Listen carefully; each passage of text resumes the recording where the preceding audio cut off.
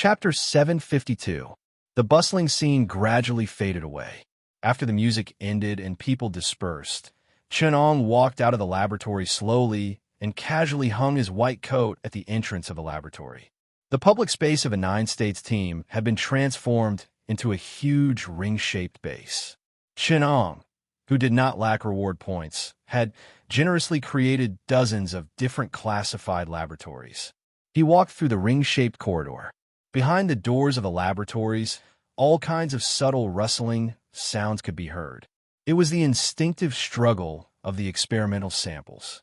Chenong ignored them and went straight to the door of a small laboratory. Looking at the darkness in the laboratory, Hong Fan silently appeared next to him. Then they looked at the somewhat small laboratory together.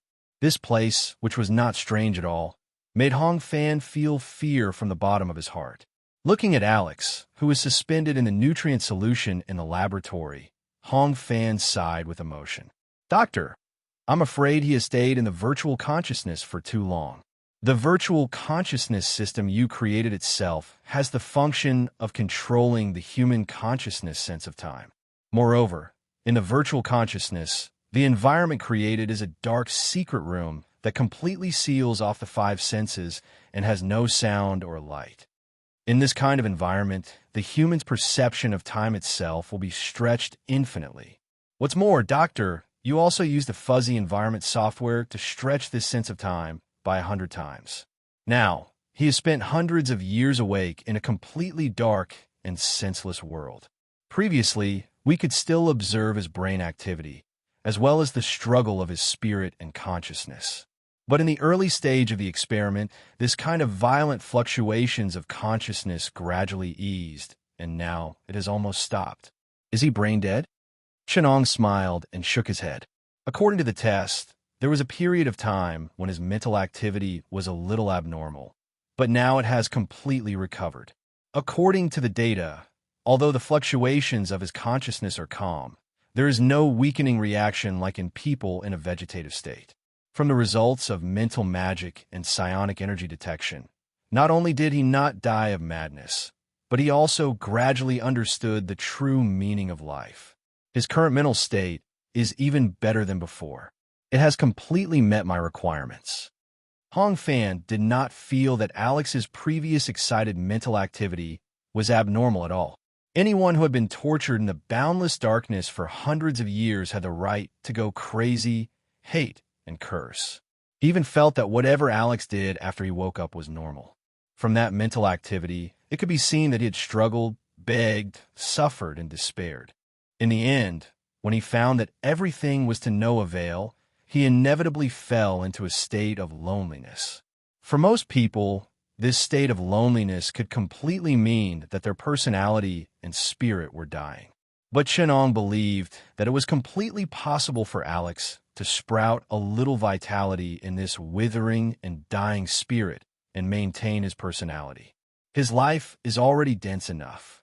Chenong concluded, "After such cruel torture, he claims that he is firm enough, but I don't believe it. I don't think any emotion can be firm enough. So I have to polish the impetuous parts in his personality and see if he can still maintain such firmness after going through a blank period that can wear out a person's complete personality. Furthermore, this is a necessary condition for the next step of his transformation." Hong Fan could only feel sympathy for what happened to Alex. He knew what Chenong was trying to do.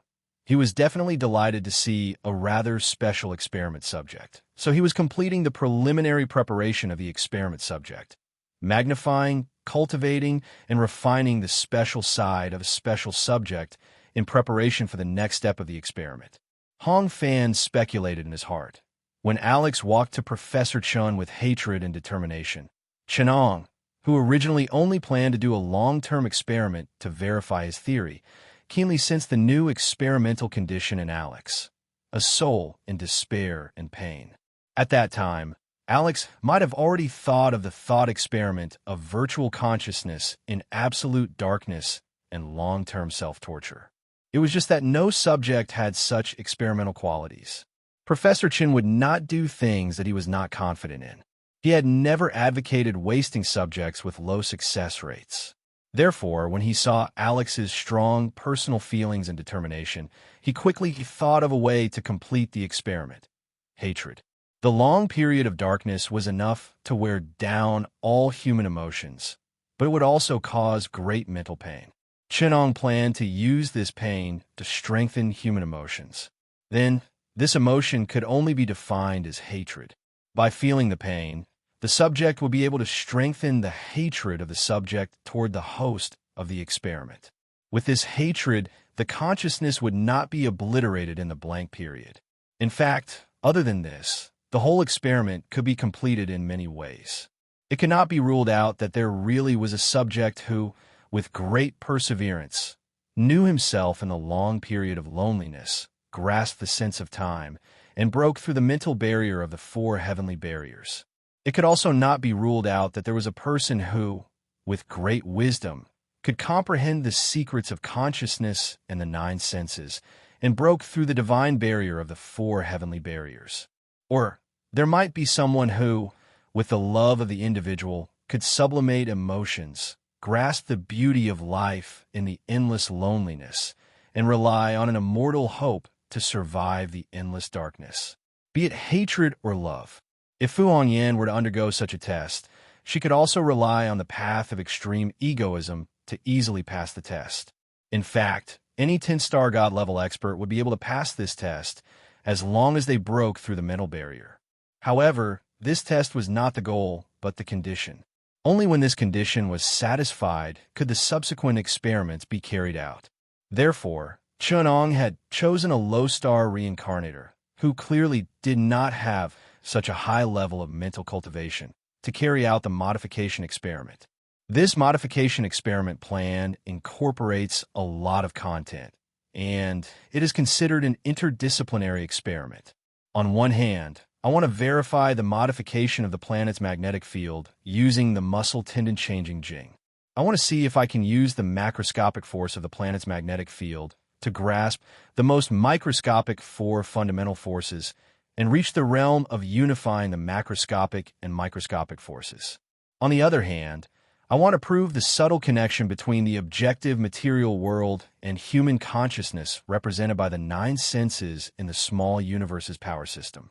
Finally, I have some ideas on the practical use of the small universe, which is a reflection of the existence of the objective world by human consciousness. In the New World Evangelion, there's an force field that can block almost all external attacks and can only be counteracted by the same force field. Its essence is a wall that separates one's self from the objective world, which is the barrier of the heart. In the previous experiment with humans, although it failed, it gave me a lot of knowledge about the force field. Then, what is the connection between these 3 points? Chenong suddenly asked Hong Fan. Hong Fan was speechless. Other than his mind being in a mess, he felt a chill down his spine and deep fear. How could he understand all this? Sigh. Chenong sighed.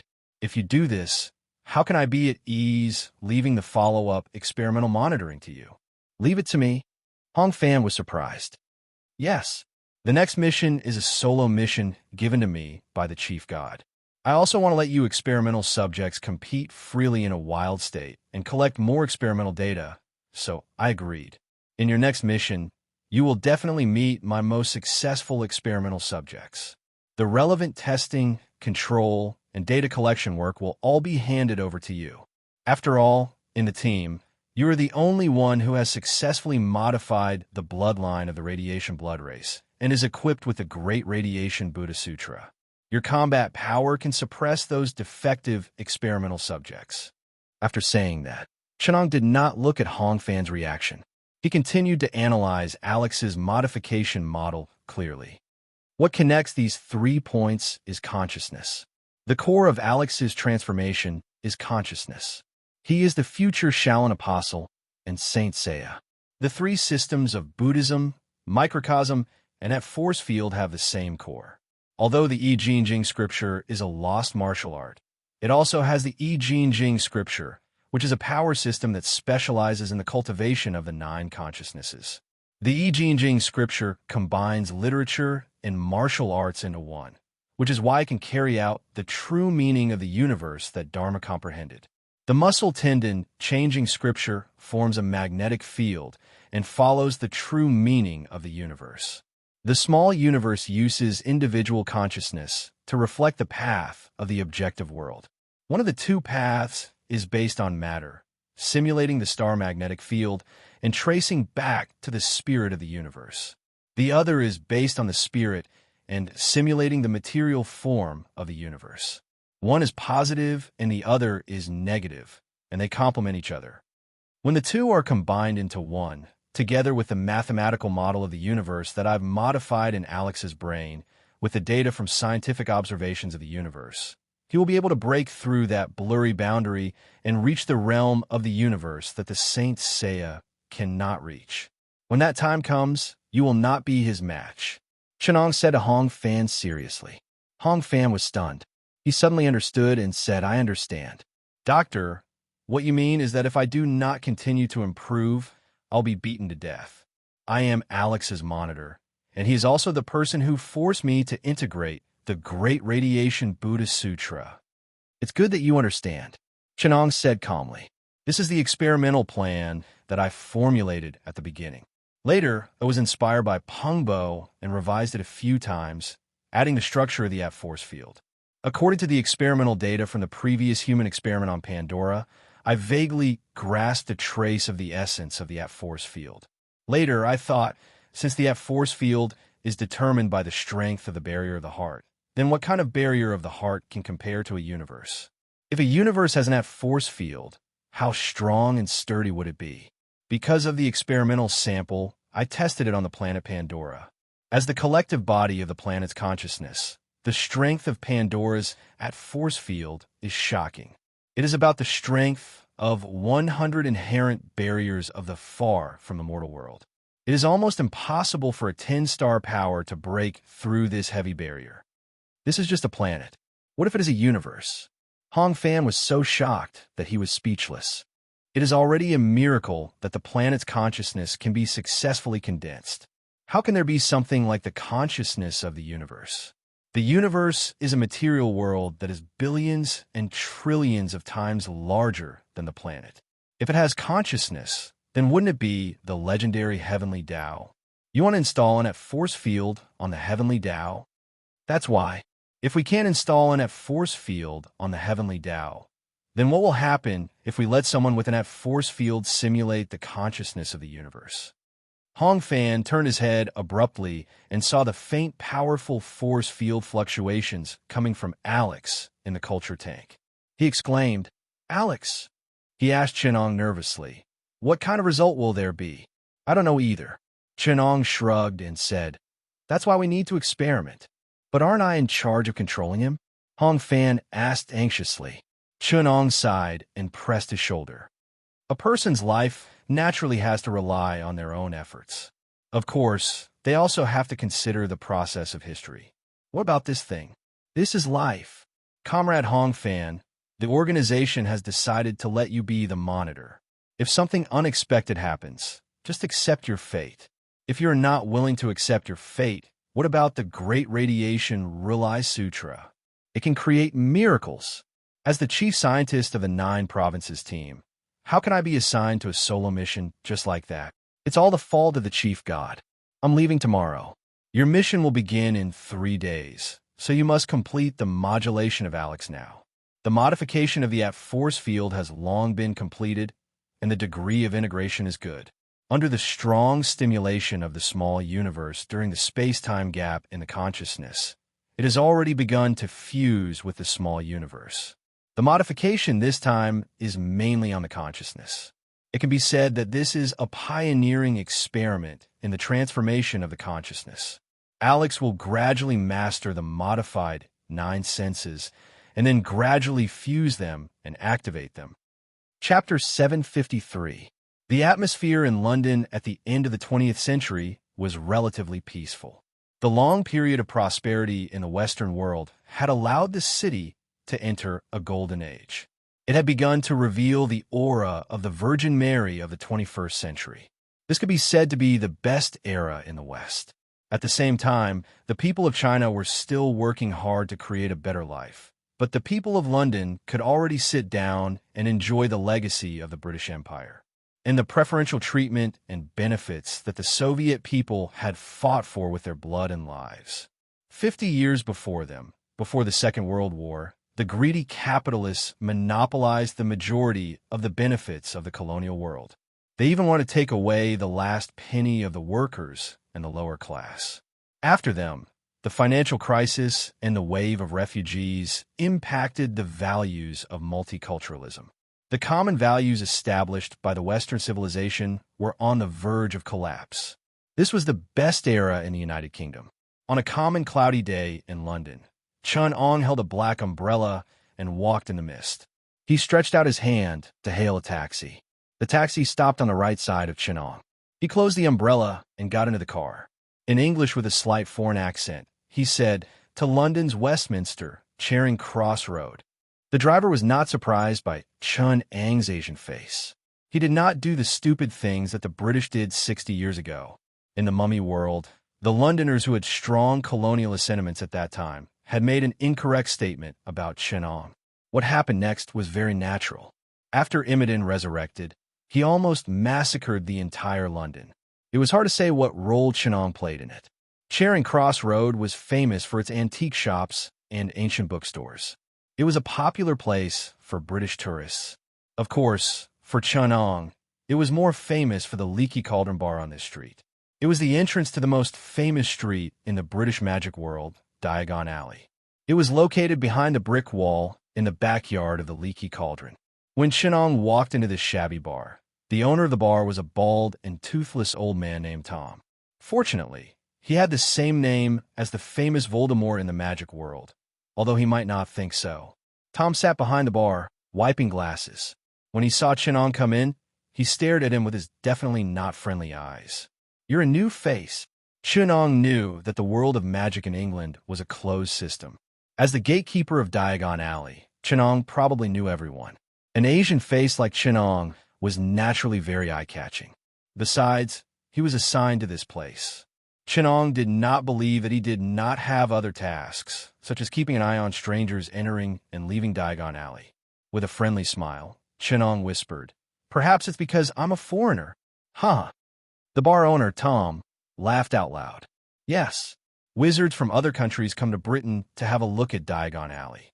However, most of them are from Europe. As for the wizards from the East, I haven't seen them in a while." "Well then," said Tom, looking up, "does the stranger know how to open the door?" Chun-Ong thought for a while and pretended to be a normal person. Above the bin, counting 3 pieces upwards and then 2 horizontally. After bidding farewell to Tom, who no longer had any objections, Chun-Ong glanced at the bar's dining hall. There were a few wizards sitting there reading today's Transfiguration magazine. In the corner, there was a witch who ate raw liver. Her face was greasy, and her teeth were sharp. There was also a wizard who looked crazy, laughing maniacally. From the looks of it, the world of magic was not a place for good people. Wizards were not ordinary people who knew magic. In fact, in the eyes of Muggles, most of them were crazy and eccentric. However, Chun-Ong did not care, because they were not as crazy as he was. What was a witch who ate raw liver? When Chun-Ong was doing human experiments, he would take time out to perform experiments while cutting. In the eyes of others, he was probably even more crazy. "This place makes me feel like a fish in water. There's a sense of familiarity." Chun-Ong chuckled. He used the black umbrella to tap on one of the bricks 3 times. Although he did not have a magic wand, as an 8-elemental Grand Arcanist, even if it was an unfamiliar magic system, it was still a piece of cake for him to trigger a magic trigger. As the brick wall trembled and moved, a small hole began to appear in that place, and then it grew bigger and bigger. In front of Chun-Ong, a dark archway appeared, and the archway led to a small cobblestone street. As Chun-Ong stepped into the opposite alley, the archway gradually disappeared behind him, and he began to hear the smell of the marketplace. This was a simple street, and the shops on both sides of the street had the style of a few centuries ago. There were people selling crucibles, magic potions, food, and wizards coming and going. It was very lively. Chun-Ong was going to buy some things here in preparation for his next plan.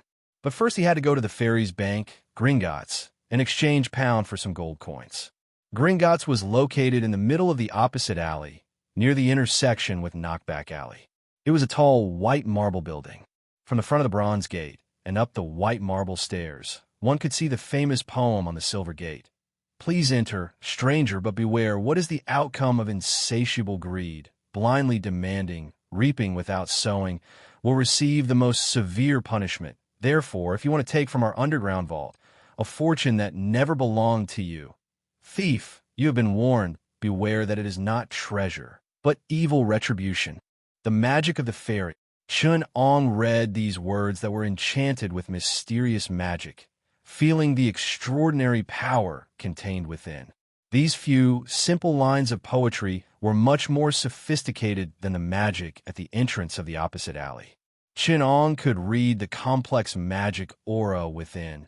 There are traces of the school of prophecy, the power of fate, the magic of curses.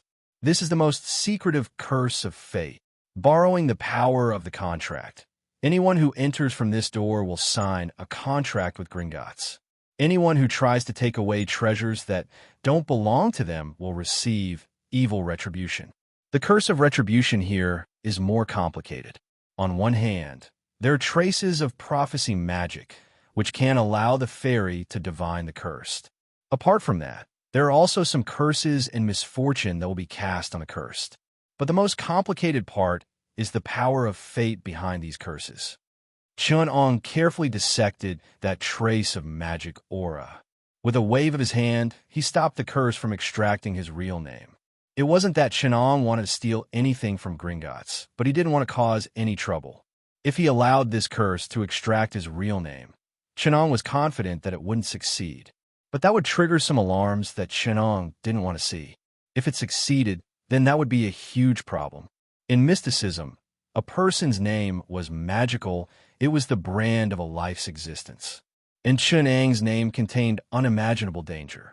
This was a terrifying concept that spanned across countless universes. Chapter 754. Perhaps Chun-Ong had been reading this text for a long time, and it attracted the attention of the goblin guards at the door. These goblins looked a bit like the goblins and goblins commonly seen in the Western fantasy world. Their light green skin and short stature, as well as their greedy nature for wealth, all reminded people of this fantasy race. But the goblins in Harry Potter's world were a different kind of creature. They were not even considered intelligent life forms, but a kind of magical creature. They were as common as the rats in the Muggle world, and often appeared in the back gardens of wizards. They looked like bearded dwarves, but they were annoying creatures with low intelligence. The twins of the Weasley family often experimented on goblins. In Chun-Ang's eyes, they had a trace of the elegance of people of his generation. Chun-Ong brushed away the spell at the entrance of Gringotts and walked through the silver door. Inside was a tall marble hall. About 100 or so goblins sat on a row of high stools behind a long counter. The layout was like a 17th century bank. Those goblins didn't even raise their heads when they saw Chun-Ong walk in. They focused on their work. Some of them used scales to check the weight and quality of gold coins. Some used eyepieces to check gems, and some recorded accounts. The value of gold coins was very high. One gold coin was about 5 pounds, and the contract was 50 RMB. Moreover, gold coins were not pure gold. Even in 1990, 5 pounds could not be exchanged for 2 grams of gold. If gold coins were pure gold, there would be an absurd result. The value of gold coins was even higher than its value. Even if the financial system of the goblins was rough and backward, they would not be so stupid. For Chun-Ong, although pounds were like paper, he could have as much as he wanted. However, Gringotts Bank also had restrictions on large exchange. Therefore, Chun-Ong only exchanged 2,000 gold coins in total, which was barely enough for his expenses. The prices in the world of magic were not high. In Lian Bookstore, Chun-Ong picked up some teaching materials and books, as well as some old books at a low price. It only cost him a few hundred gold coins. Chun-Ong flipped through the books and found that, just as he had expected, in the books of the Magi, even in the books about the core spells and spells of the magic system, the knowledge related to magic was extremely incomplete and obscure. The arcana system that Chunong learned was complete, logical, and rational.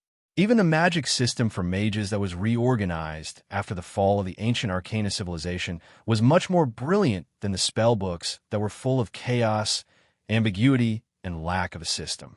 Most of the magic books in this world were really just spell books. They only taught you how to wave a wand and cast a spell. There were detailed explanations on how to hold a wand and how to pronounce an incantation. However, there were very few explanations on the nature of the incantation. Some of the descriptions were vague and weird, like the inarticulate ravings of a crazy old witch. This was closer to the image of most of the magi that Shanong had seen. What made Lucian confused was whether these magic books that looked clear but were actually a mess of internal logic had educated the wizards in the world of magic like this, or whether these wizards could only write magic books like this. In the extremely rare alchemy books and potion books written by Dumbledore and Nico Lemaire, Chenong did find some knowledge related to the nature of magic. However, these things were not the understanding of the whole world, the universe, and the planes, nor the analysis of the laws of energy and the laws of the world, nor was it a rational language full of mathematical formulas. Instead, it was a set of things operated by empirical technology and mystical philosophy. It used a lot of symbols and visions described in emotional, vague language and based on personal experience. It looked like something useful, but in fact, it was a hybrid product of the set of rules and philosophy and symbolism in the medieval alchemy books. It could not be said that they did not have exquisite and in-depth research, but it was full of idealism, emotional and personal feelings, rather than scientific, rational, and based on a set of orderly research rules. Chun Ong commented, "The research of the wizards in the world of magic is a hybrid of Western mystical idealism and Eastern empirical technology. They don't study mathematics." Chun Ong closed the magic book and sighed. What else can they study? No wonder Dumbledore won the Merlin Medal. It was because he discovered 12 new applications of dragon blood. The wizards in the world of magic are a group of people who rely on experience and intuition to master the application of their magic instincts. They don't have science, and they don't even have rationality. Most wizards don't even know how to do the 4 operations. They don't learn either. Their learning is to imitate and wave their wands, imitate the pronunciation of incantations, and then practice again and again to become proficient. Their potions are constantly fumbling according to vague medicinal properties and a set of potion formulas summed up by luck and experience. It's 70% like China's ancient medicine. But even worse than ancient medicine is that from the beginning, Chinese medicine has a dialectic, and they don't even have the dialectic of yin and yang. They're more like the witch doctors of Wu Yue and Chu. In essence, that group of wizards is no different from chimpanzees who can learn to use tools. The only difference is that chimpanzees use their natural hands and constantly try to summarize the experience of using tools, while wizards rely on their natural magic power and constantly try to use the experience of magic power and finally summarize the current magic system. They have skills but can't use them. Like a craftsman, they can occasionally invent some new things because of their rich experience and even extremely delicate inventions, but they don't understand the unseen world at all. The laws of nature at work behind the scenes. However, not only did Chun Ang's doubts not solve, but there were also many untested conjectures. There was a certain element of chance in an individual's personality and behavior, but if the sample was expanded to a group, even if it was due to the cultural factors of the group, it would eventually lead to inevitability. For example, the wizards of the magical world and the muggles of a normal world, 2 groups that were physically close at hand and had no objective obstacles in the exchange of information, actually became 2 groups that were almost completely cut off from each other in reality. This was simply impossible and unscientific. In theory, as long as a wizard wanted to understand the muggles, they could easily obtain a large amount of information about the muggles and reap great benefits from it. When they knew that their magic could bring them a large amount of gold coins, they could take control of the muggles' large enterprises, and the auras, who were only a few hundred strong, could not stop them in time. It was completely inconceivable for such an extraordinary world to be separated from a mortal world. If this was just an individual, there would be many chance factors that restrain them from participating in the interests of the Muggles world. But if this sample was expanded to a group of thousands of people, there was no chance at all. It was simply inevitable that there would be such a person who tried to come into contact with the Muggles. And the wizards who were deeply involved in the Muggles world would have a great impact on the sorcerer's world. Then the sorcerer's world should not be like this today. At least the fairies of Gringotts would improve their financial system with great enthusiasm. But they did not. So Chenong had a reasonable conjecture. Perhaps wizards can't understand rational, objective science at all. Just like dyslexia, wizards are a group that collectively suffers from rational understanding disorder. They are born with magic and can use magic. Does this deprive them of the ability to understand science? This is very magical. This needs to be tested experimentally to see if wizards can understand science and its spirit. Are they unable to learn mathematics?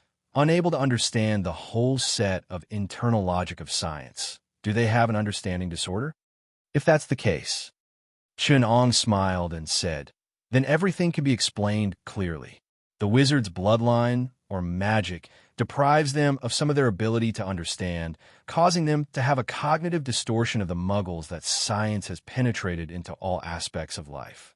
While their natural magic gives them magical powers, it also makes them mentally handicapped, causing the two groups of wizards and Muggles to be so completely separated. They live in isolation in order to protect themselves. Chapter 755. Under the strange gaze of the manager of Lehan Bookstore, Chenong piled up the books he wanted to buy into a big pile. The pile was about half the height of Chun-Ang's waist. Not only was there the Hogwarts textbook, Standard Spells, but there was also the book 100 Spells to Help You Manage Your Home, which was usually read by housewives. Of course, Chenong would not tell him that it was easier to decipher the essence of magic if the effects were the same and repeated. Chenong used the umbrella to point at the struggling monster's book of monsters. The book that was trying to bite something immediately went limp. The eyes on the cover that mimicked the eight-eyed spider suddenly lost their light, and the whole book seemed to be dead. The manager watched in surprise as Chun-Ong opened the empty glass cover and put the invisible book of invisibility under his armpit. He then went to the shelf next to him and took a book called Forgotten Ancient Spells and Spells. The books that were enchanted with strange spells were either useless under Chun-Ang's hands, or the spells were simply broken. Just before Chun-Ong paid the bill, the manager calculated for a while and calculated the price of the books. Sir, the total is 1,380 gold coins and 23 silver coins. When Chun-Ong took out his wallet, the manager asked him with embarrassment, Sir, I have a presumptuous request. Those enchanted books brought us a lot of trouble. I saw that you subdued them very easily, especially the Monster's Book of Monsters. Very few people buy this book, and the bookstore only has one copy. It is very tenacious. What spell did you use to subdue it? If you are willing to tell us, we are willing to waive the change for you. Subdue? Chenong raised his head and replied with interest, No, I didn't subdue it. I killed it. This is a spell that can destroy the artificial intelligence of magical items. In the hands of some of the more dangerous dark magi, it can also be used to destroy a person's consciousness. At this point, the manager's face was already turning purple. Chun-Ong continued, That's right, it's the Soul Snatch Curse. The manager's face turned pale. His forehead began to sweat, and his whole body trembled. Your bookstore only has one monster book? Then you should get more stock, because it's going to be a big seller soon. Although there was still a year until Hagrid became a professor for the protection of magical creatures, it was already a relatively short period for the spending power of magic. That was why Chun-Ong wasn't lying when he said that it would be soon. However, the manager was no longer in the mood to listen to what he said. His whole body was trembling, almost begging, wanted to send Chun-Ong away. Chun-Ong didn't seem to understand his hint and continued to comment. The enchantment on the Monster Book of Monsters is completely due to the author's bad taste and weird interests. It can be seen that he is a wizard who appreciates fierce and magical animals. So he added a fierce transformation spell to his book. Other than attracting wizards who have the same weird taste as him, such as Hagrid, it will only bring trouble to the readers. That's why I destroyed it without any hesitation. Other spell books that have been enchanted are different. The invisibility spell on the Invisibility Book of Invisibility is actually a vivid demonstration of the contents of the book. There are 28 invisibility spells on different pages, which vividly demonstrates the evolution of invisibility from ancient times to the present and the origin of each variant. It can be said that it is necessary. The only problem is that the wizard who can break the invisibility spell on the Invisibility Book of Invisibility must have a deep understanding of invisibility. This creates an interesting contradiction. Those who can read this book have already learned the invisibility spell, and those who can't understand it at all. The manager awkwardly wiped the sweat on his forehead and bent down to help Chun-Ong pack the book. "There's no need," Chun-Ong faintly refused. He gently waved the umbrella in his hand that was used as a cane, and the spell book under it was transformed into a blue floral cloth that was big enough to cover the pile of books. The blue cloth automatically wrapped the books up, and the corners of the cloth flew up and made a beautiful knot. Then, the big bag that was half the height of a person shrunk to the size of Chun-Ang's palm and was put into his arms by Chun-Ong traceless stretch spell. The bookstore manager clenched his fist again. There was no doubt that this was Chun-Ong trampling on the law made by the Ministry of Magic without batting an eyelid.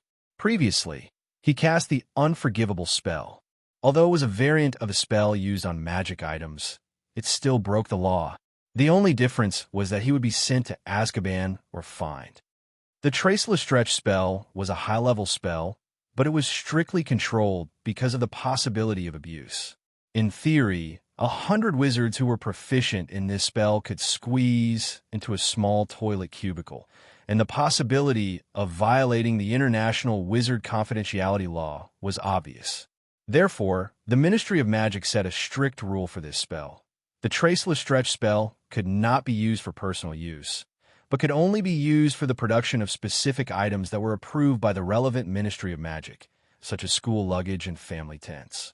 But what could the bookstore manager do to Chun-Ong, who could modify the unforgivable spell and was undoubtedly a master of dark magic? Knowing that he was just an ordinary wizard, the manager did not have the slightest intention of reporting Chun-Ong. In order to uphold the law of the Ministry of Magic, he would offend the most terrifying master of dark magic. He was not that crazy. The world of magic had never been a place full of fairness and justice. On the contrary, although wizards and muggles lived in almost two separate worlds, they still had a lot of common experience in bureaucratic incompetence. For a long time, the Ministry of Magic had been a dog raised by the large pure-blood sorcerer families. Due to the rise of the Muggle bloodline sorcerers and the impact of the small pure-blood sorcerer families, the interest and status of the large pure-blood sorcerer families could not be suppressed. So much so that they turned to support trash like Voldemort to clean up the Muggle bloodline sorcerers who were fighting with them for power in the magic world. But because the person they supported was so incompetent, they were liquidated and their power was greatly reduced. However, the pure-blooded magi still had a deep-rooted influence. With special privileges and the power of the gold coins, they protected the dark magi and allowed them to move freely under the watchful eyes of the Ministry of Magic. Although they were no longer as unbridled as they were in the past, the tradition still continued. Wasn't the car parked on a side street of Diagon Alley in an open and above-board manner? Chapter 756. After leaving the bookstore, Chun-Ong visited a magic potion materials store called Slager in Gig's Pharmacy. As soon as he entered the door, he smelled the stench of rotten eggs mixed with decomposing biological tissues. Chun-Ong had no choice but to cast an air freshener spell on himself. This was a life spell that he had just learned. Chun-Ong imitated it with arcane magic, and it looked pretty good. Glancing at the wooden barrels piled up on the ground, Lucian saw toad livers, eel eyes, bat feces, and other viscous things in them.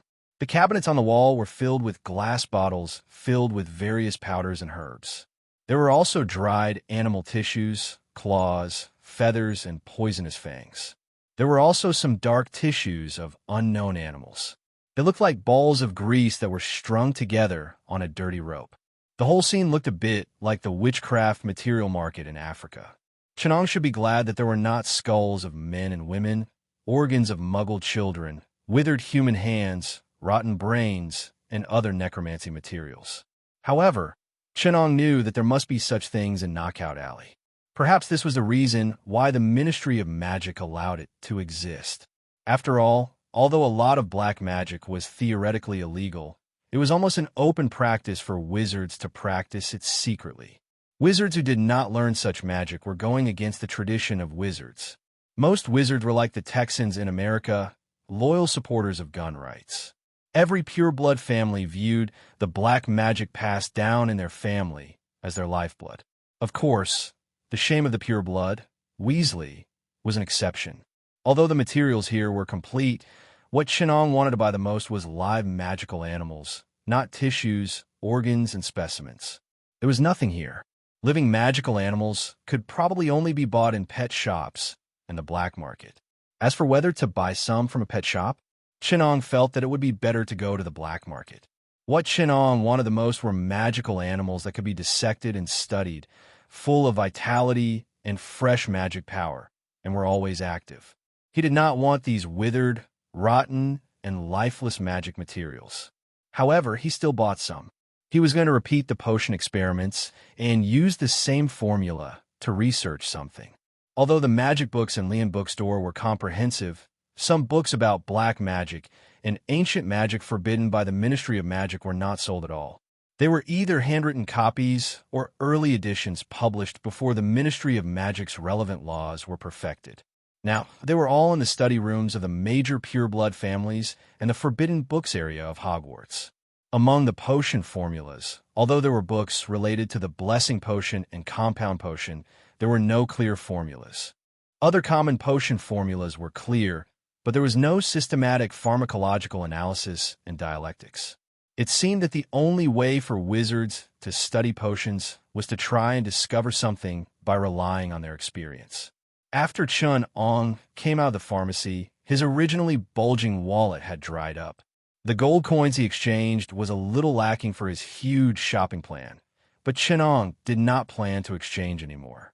The two most important materials, books and potion materials, were already in place.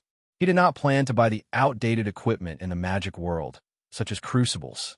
He did not need folding, enchanted, or automatic stirring equipment. Biochemical modulation equipment and related scientific instruments were what he wanted. As for Ollivander's wand shop, although Chun-Ong did need a wand, he was more willing to make one himself. He wanted to combine the wand-making knowledge of this world with the relevant arcane knowledge of Phelan. For an existence like Chun-Ong, Ollivander's wand was too shallow. If he tried, he would find that every wand was suitable, but not all seemed suitable. Chun-Ong did not need a wand to adapt to him. He could control any magic item, so he only needed to make a suitable wand himself. Now, Chun-Ong only needed to find a place to stay. He returned to the central part of Diagon Alley where Gringotts was located. There was a dark alley there, leading to the famous gathering place of dark magic materials, Knockout Alley. Although people had always compared Knockout Alley and Diagon Alley, as though they were two streets that could stand side by side, in fact, Diagon Alley was the largest gathering place for wizards in London. It was a huge market with all kinds of shops. On the other hand, Knockout Alley was just a secluded corner of Diagon Alley. There were many illegal dark magic material shops gathered here. In fact, it was very secluded and narrow. The reason why Chun-Ong came here was because it was secluded enough. The alley was dark and narrow. The dark magic shops on both sides were also dim and secluded. There was an old and ugly witch peeking at him from behind the counter. Her smile revealed her specially sharpened teeth. Chun-Ong only needed one look to know that these teeth came from many different people. It seemed like this witch was the same as President Washington, having the hobby of pulling out other people's teeth and putting them in her own gums. Of course, President Washington also liked strong black maids. When he pulled out the black people's teeth, there might not even be black people's toothpaste. So, Chun-Ong nimbly lifted his umbrella. Although it was really just an umbrella, at least it made people think that he still needed a wand. This was to cover up the fact that this grand arcanist did not need a wand, nor did he need to perform surgery. Exorcism. This was a level 4 necromancy spell, but it was slightly modified by Chunong. He added some black magic. Then, Chunong saw the witch covering her mouth in horror. Her false teeth had already taken root in her gums. A large number of bony roots were trying to drill into her jaw. The witch fell to the ground in pain. She could not even scream. She could only make some hissing sounds. There really are teeth pulled out from the mouths of people who died a violent death. Then let's enjoy their resentment. It's not that easy to get a gift from the dead.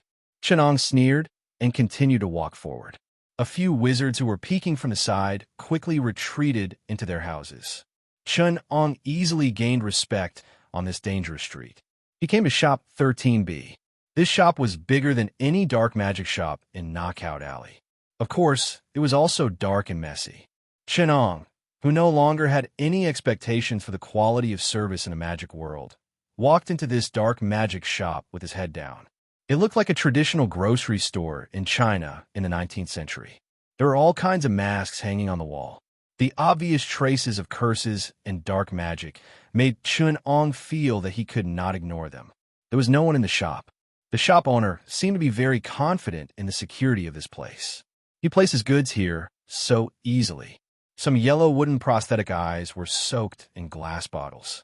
When Chunong walked forward, the eyeballs quickly turned around. The densely packed eyes were staring at him. There were also all kinds of skulls. Chunong could tell that they belonged to different races and genders. The skulls that had been chopped off were placed on the counter. Chunong could tell that some of the materials were taken from the dead, while others were taken from the living. Of course, after they were taken off, they were definitely dead. Chapter 757. Chunong immediately noticed the large black cabinet next to the shelf. He could keenly read the spell cast on it. The vanishing cabinet that leads to Hogwarts? It almost caused big trouble. Chunong glanced coldly at the cabinet. It was a major loophole in Hogwarts' defense system, but Chunong did not know if it was deliberately arranged by Dumbledore. That old rabbit's schemes ran deep, not someone to be trifled with. The vanishing cabinet was also an important reason why Chunong chose to start with Karktaku's Bork. Bork was also a very well-connected person. This could be seen from the fact that Voldemort Tom Riddle had turned down a job in the Ministry of Magic and chose to work under Chunong as a shop assistant. Now, another Dark Devil, and possibly the most dangerous Dark Devil in history, had his eyes on Chunong. Chunong's eyes swept past the vanishing cabinet and fell on a shelf behind it. There were rolls of long ropes used by torturers, and a beautiful opal necklace was displayed in front of it. Chunong could feel the curse and resentment entwined around the necklace. He was very clear about the dark little secret of the black magic equipment business. Wizards would cast evil curses on beautiful and precious jewels, then sell them to muggles. When the evil curse on the jewels killed generation after generation of their owners, a merchant like Mr. Bork would take it away, and then it would become a precious product in the black magic shop. "Sir, do you like it?" A greasy voice came from behind Chunong. A middle-aged man with oily hair walked out of the room and said to Chunong. He was Bork. Like many wizards, he had a pair of chilling eyes and a strange and gloomy aura. "It's a good thing. This is opal from the Mediterranean islands. As you know, the production is very small. Muggles believe that people who are not born in October will bring misfortune if they have opal. But that's actually just a curse cast by wizards.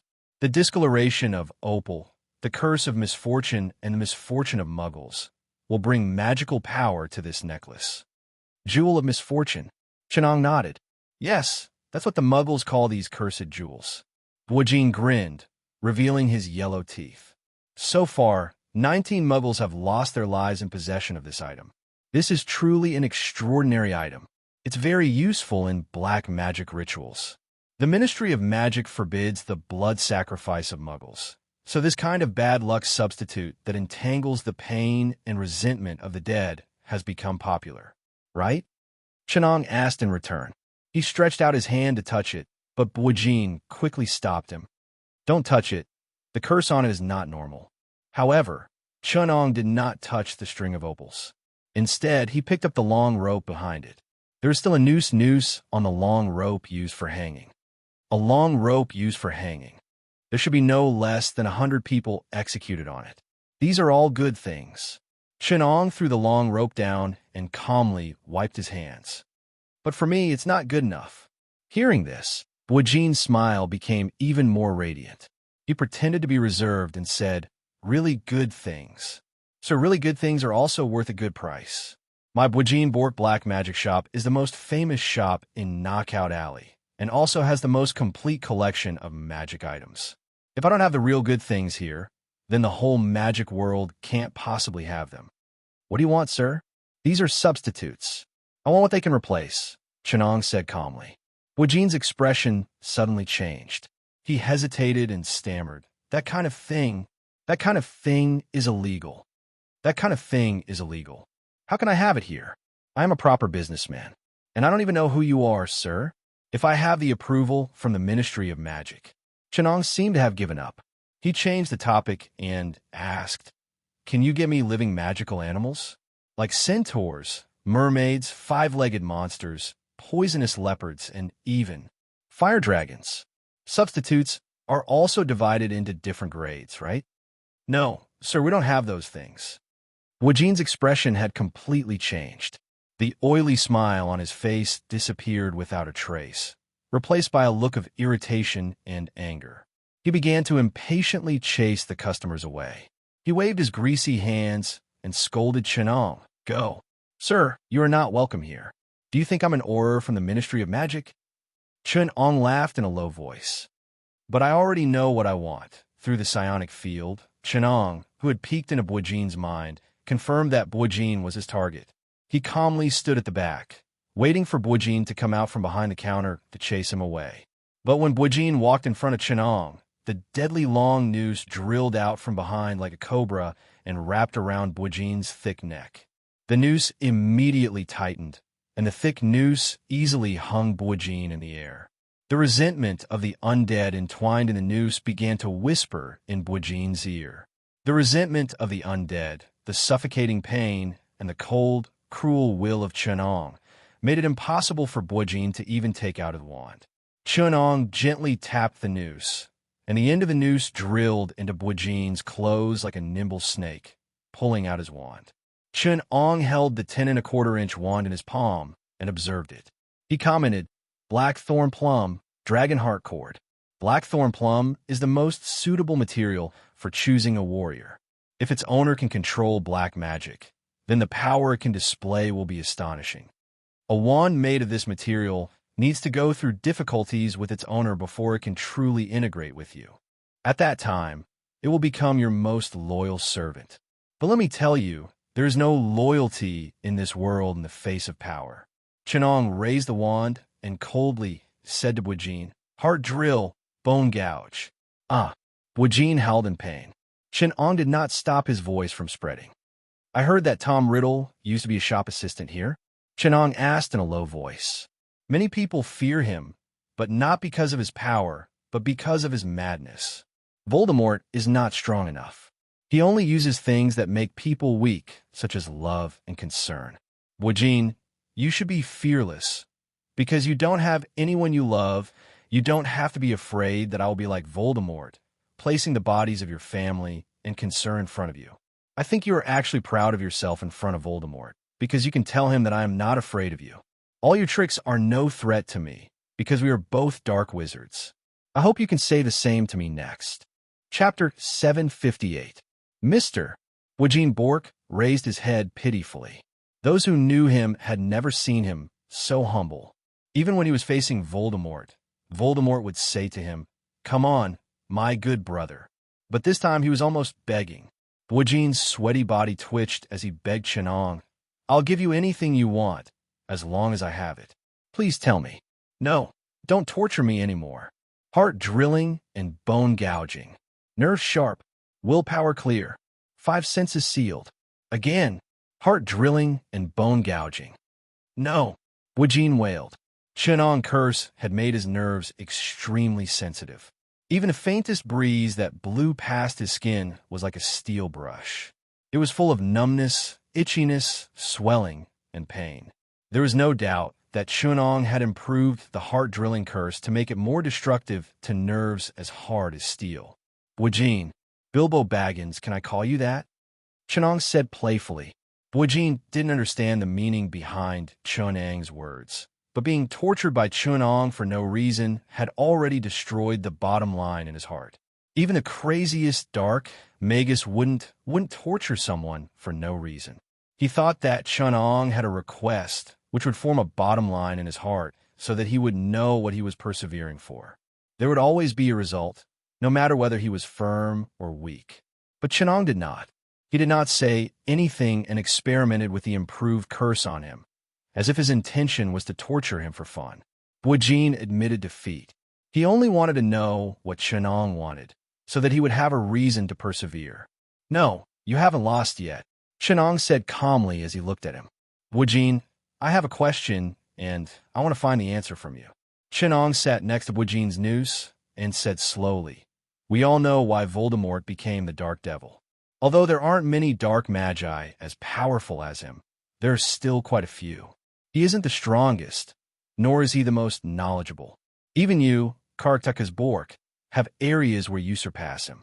He admires bloodlines, but he himself is a muggle bastard. He thinks he is strong, but foolishly placed his soul in a soul vessel. A person who does such a stupid thing is not the most outstanding. There are many people in this world who are stronger than him, such as Dumbledore, Nicolim, Grindelwald, and even you, Bujin Bork. But he is the only one who became the most dangerous dark wizard in history, and the wizards here do not even dare to say his name. We know the answer very well. It's because he has no attachments, because he doesn't have love. He doesn't have the weaknesses of mortals and wizards. Even though he has many followers, in his mind, they are worthless. They're just tools for him to achieve his own interests. When those wizards realized that opposing Voldemort would result in the cruel torture of their family and children, they did not even dare to resist when that invisible terror descended on them. Only a few people, those who have no weaknesses and no attachments, can fight against him. Either their family has died in the hands of Voldemort, or they have a strong will and perseverance, using their powerful strength and firm belief to protect their loved ones. Dumbledore. Bujin raised his head in horror. Yes, the greatest light wizard, the headmaster of Hogwarts. Dumbledore is such a person. Voldemort does not care about anything, but Dumbledore can sacrifice everything for the greater good. They're the same kind of people that Voldemort cannot defeat. Chunong said softly, Bujin, you are also such a person. I do not care about the people that Voldemort enslaved and brought fear to them, because if they can submit once, they can kneel a second time. My question is there anything that can defeat people like you? Defeat Dumbledore, defeat Voldemort, make them fear, and make them submit? Chunong calmly looked into Bujin's eyes and asked, can you give me this answer? Bujin trembled as he said in a trembling voice, this is impossible. Take your time, Mr. Bujin. I'm not in a hurry. Now, I need to settle down and use your place to prepare for some experiments. Chunong slowly stood up and said, as for your experiments, I am very patient. After saying that, he waved Bujin's wand and turned him into an owl. Bujin was horrified to feel that he could no longer control his body. A virtual owl's consciousness was controlling his body in place of him. Most of the time, he could freely control himself, but if Chunong needed, he could take over the transformed owl at any time. What is your real name? Chunong suddenly frowned and said, let me think. Bork? A person's real name was magical. The most powerful prophecy spell that Chunong had mastered was one of the most powerful legendary spells of the School of Prophecy. He could use a person's real name as a coordinate to inherit all the causes and effects that made up his existence. As Chunong's wand flickered, all the external relationships that made up Bujin's existence were entrusted to the real name, Bork. Chunong picked out the relevant causes and effects of Bujin and stripped them along with his name. At this time, Bujin saw a figure appear on the other side of the glass door through the reflection. He excitedly flapped his wings, thinking that Chunong would dodge, but he didn't expect him to just stand there without any disguise. The door was pushed open, and an old and ugly witch who looked like a shriveled orange peel appeared at the door. She was holding a tray filled with human fingernails. The witch stood at the door. When she saw Chunong, she grinned, revealing her green teeth, and said, "Mr. Bujin, I heard an unusual sound from outside. It's great to see that you're all right." "Mr. Bujin?"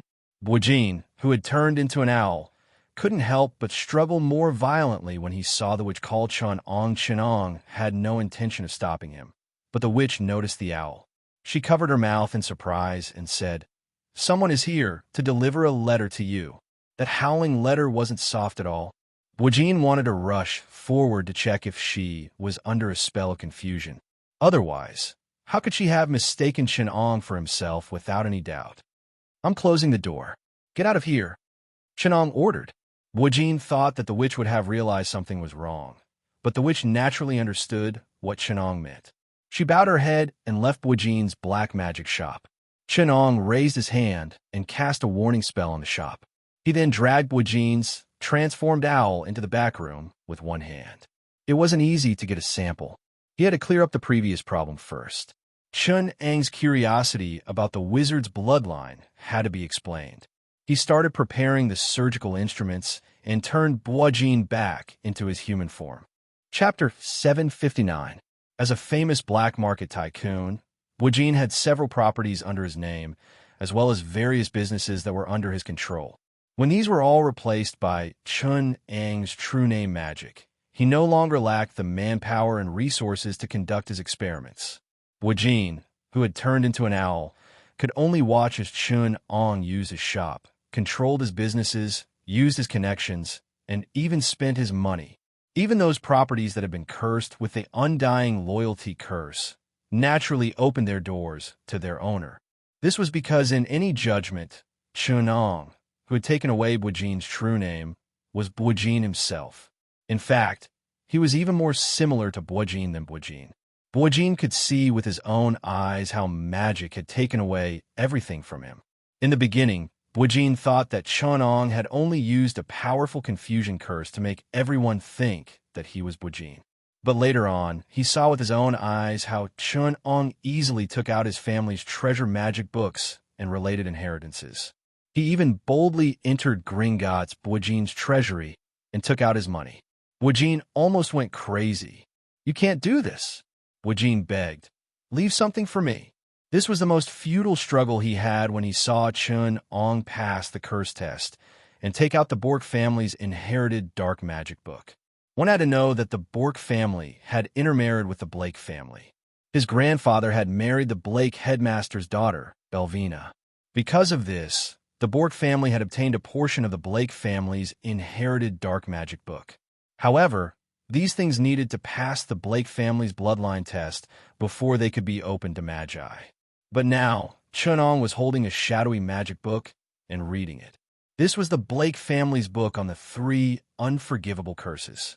It looked like a dense shadow, but in fact, Chunong had found it in the shadow of the fireplace in the Bork family's old mansion. How could the shadow read it?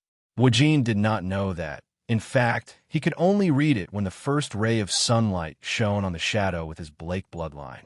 But now, it was flipping around freely in Chunong's hand, like a burning whore who couldn't wait to dance around the thief's hand. "Something of yours?" Chunong looked up from the magic book and smiled.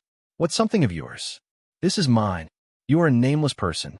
Remember, what you have now is just an illusory memory. Except for the memory that belongs to Bujin Bok, which is also my memory, you have nothing. You are a new person. Or an owl. Does it depend on what I want to turn you into? My modified baleful polymorph combines the profoundness of arcana polymorph, the naturalness and harmony of ancient druid polymorph, and the convenience and fun of wizard polymorph. It's a permanent baleful polymorph. The key lies in permanent and malice. Permanent means that if I don't cast a spell to remove it, you will never recover, and only I can remove this spell. And the meaning of malice is that I can take the initiative depending on whether I have good or bad intentions, to let the transfiguration magic manifest on your body. In other words, if I want to, I can give you the brain of an owl, and hope that it can contain your shallow and poor consciousness. Of course, if I take away your memory, you'll have nothing. The name Wajin Bak will have nothing to do with you, and you'll become a completely new person or something else. If I turn you into a male dog, you will have to pray for a miracle so that you won't have any urges for a small furry animal. Wajin was trembling. It was a funny thing for an owl to do. He opened his mouth and let out a mournful howl. Chunong raised his wand and cast a baleful polymorph on him. Then Wajin couldn't control his appetite for the small animals in the shadows. He flapped his wings and flew towards the squirming mouse in the dark house. After Chunong turned a few more pages of the book, Wajin flew back.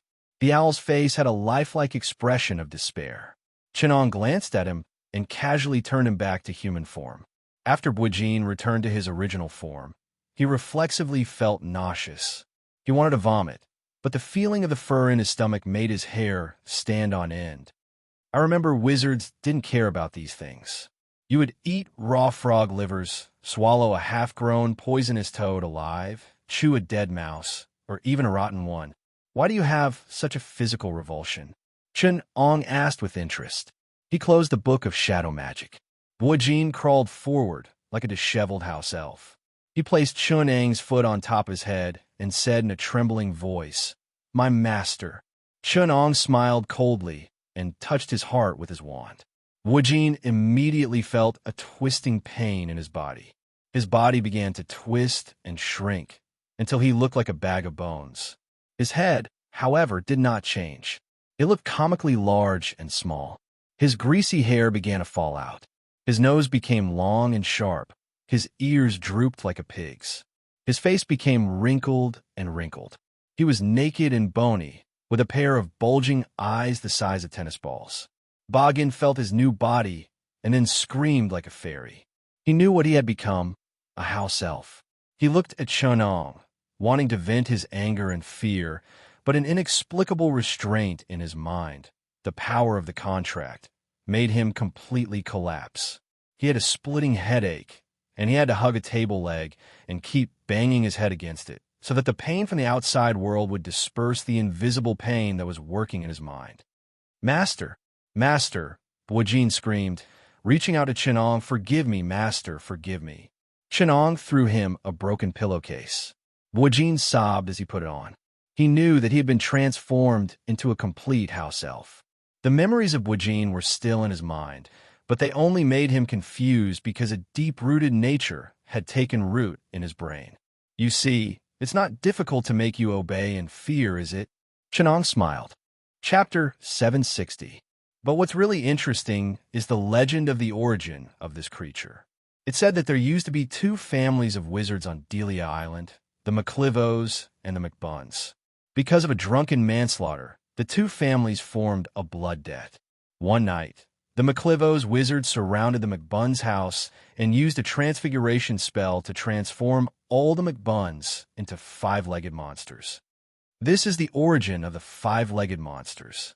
Later, I realized that when the ancient wizards created the magical creatures, a black magic transfiguration spell played a key role.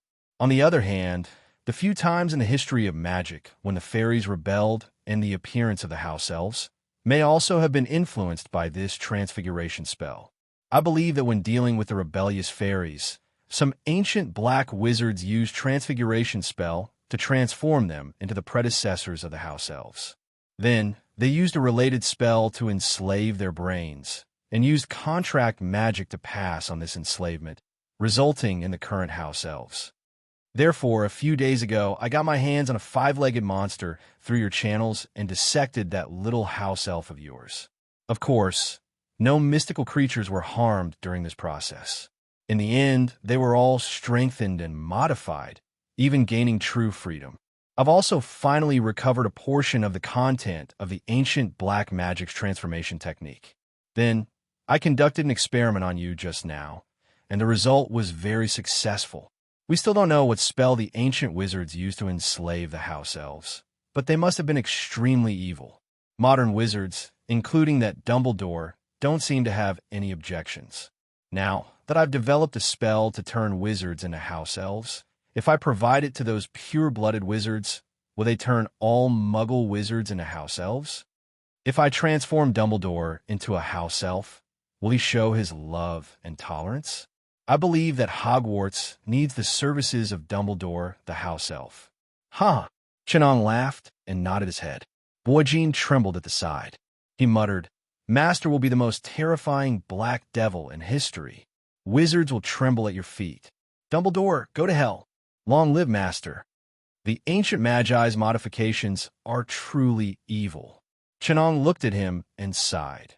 After enslaving a race for centuries, a race that is not inferior to the wizards, or even more powerful, the house elf was cursed and contracted, but because of this, not only did its bloodline not degenerate during the inheritance, but it also maintained its magic power when the wizards were constantly degenerating.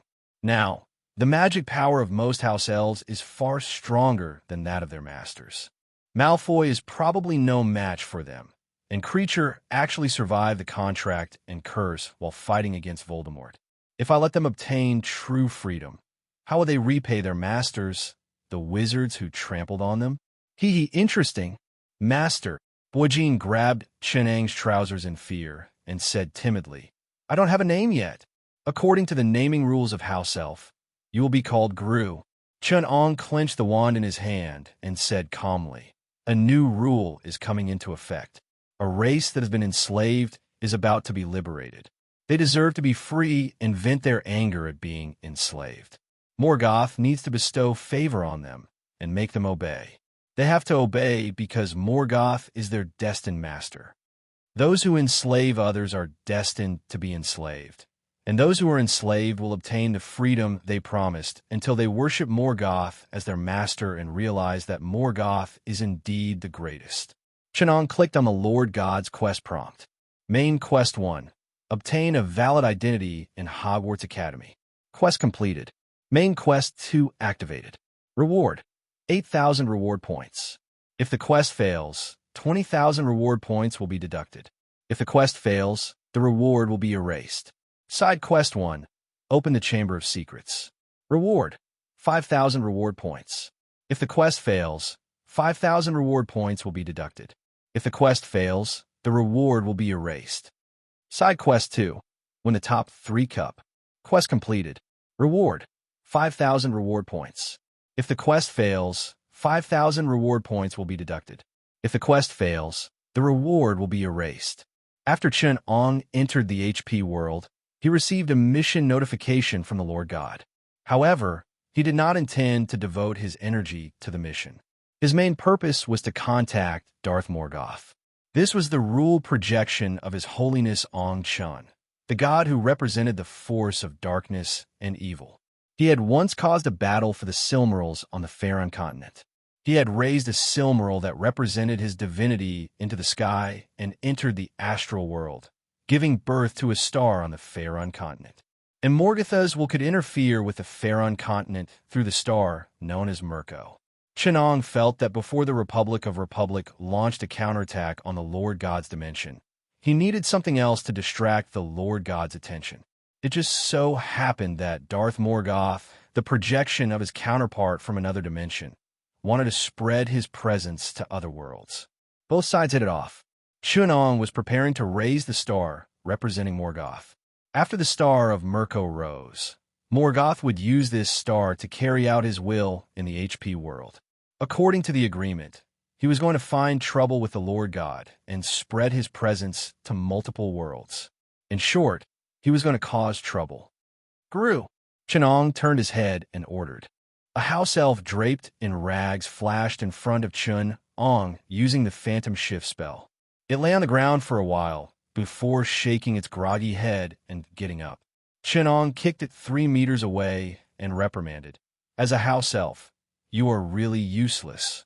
Gru got up and wailed. Gru is the shame of house elves. Gru is useless. Gru made Master angry. Gru deserves to die. Familiarize yourself with your body. The way a house elf uses a spell is different from a wizard. Chenong said coldly. He threw Boijin's wand to it and said in a low voice, from now on, you will use the phantom spell to disguise yourself as Boijin. Help me manage the related industries and familiarize yourself with the spell. If anything goes wrong, I will give you a sock." Gru screamed, "Don't chase me away, master. Then work hard. When my plan is completed, I might return Buijin's name to you. But if you disappoint me, then prepare to be a house elf for the rest of your life." With that, Chunong did not care about Gru hitting the pillar and said, "Gru wants to be a house elf for the rest of his life." "No, master, I will definitely complete the task. Please protect my name. I am Gru. No, I am Buijin." Chapter 761.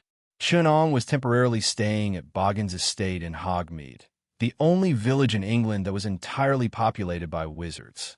Hogwarts School was located next to the large lake that originated from village. The architecture here was eccentric. The cottages had thatched roofs, like a medieval village.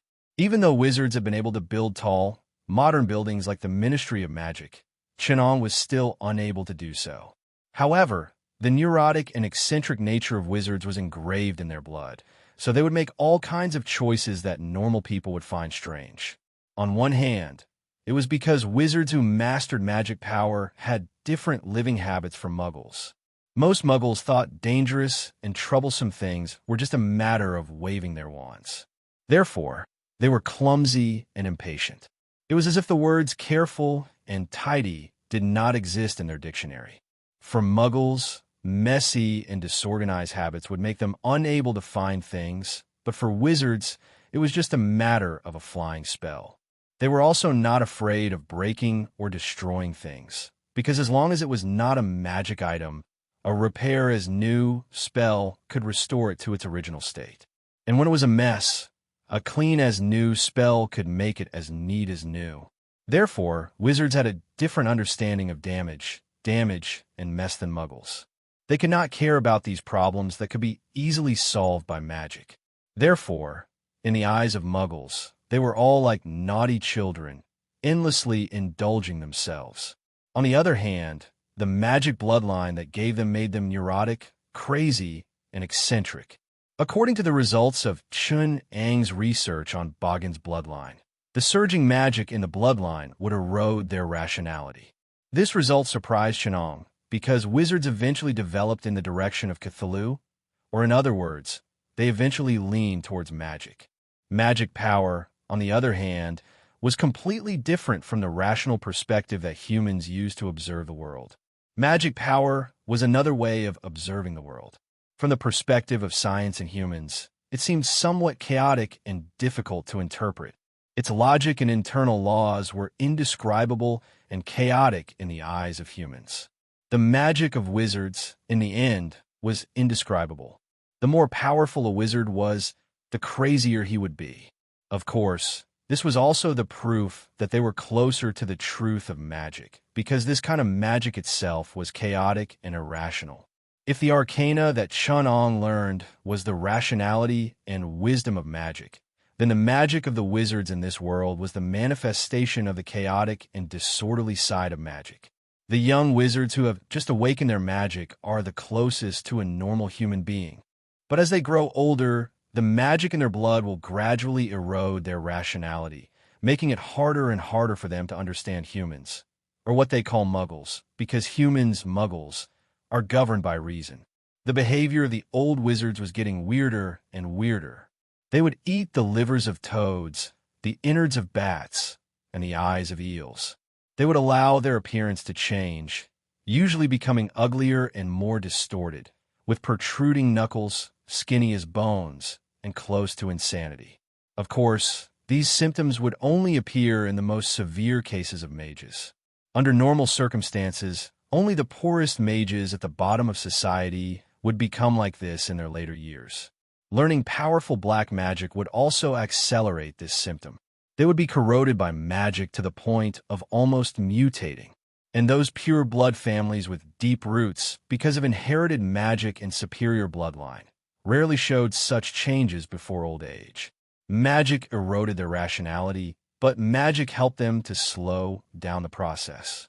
Pure blood families, they were the product of natural law and human selection, the survival of the fittest. Their bloodline was relatively stable, and they were resistant to the erosion of magic. So even when they died of old age, they only looked a little weird. They would carefully choose their own marriage partners to prevent the deterioration of their bloodline. Even so, the magic of their natural bloodline would continue to deteriorate, and they would become weaker and smaller. However, for those poor sorcerer families with poor bloodlines, pure-blooded sorcerers had the right to look down on them, even to the extent of viewing them as scum. Chunong had investigated in the taverns where sorcerers often gathered and discovered that most non-pure-blooded families would become lunatics in the eyes of normal people as they aged.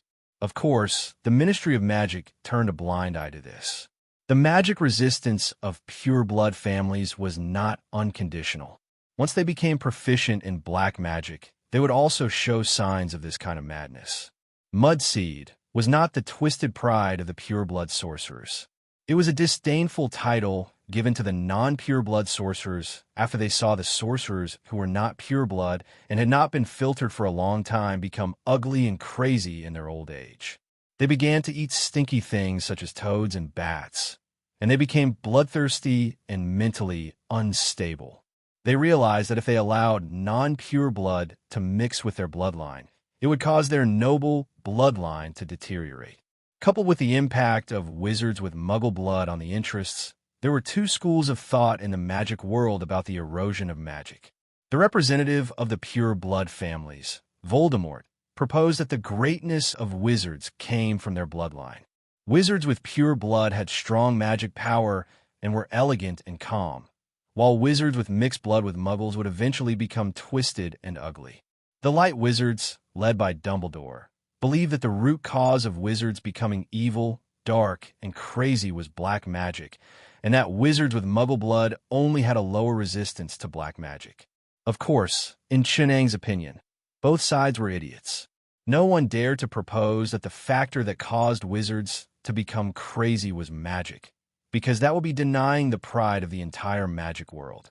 Wizards were proud of their own magic.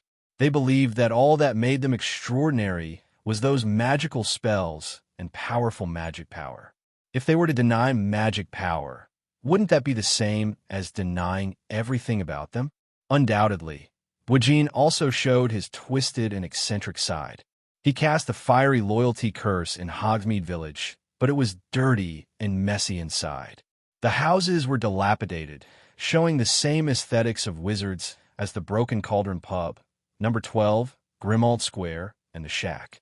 It was surprisingly consistent with the style of Hogsmeade Village and Diagon Alley. For wizards, keeping clean and tidy only required 1 or 2 spells. It was not difficult to create a magnificent, comfortable, and luxurious residence.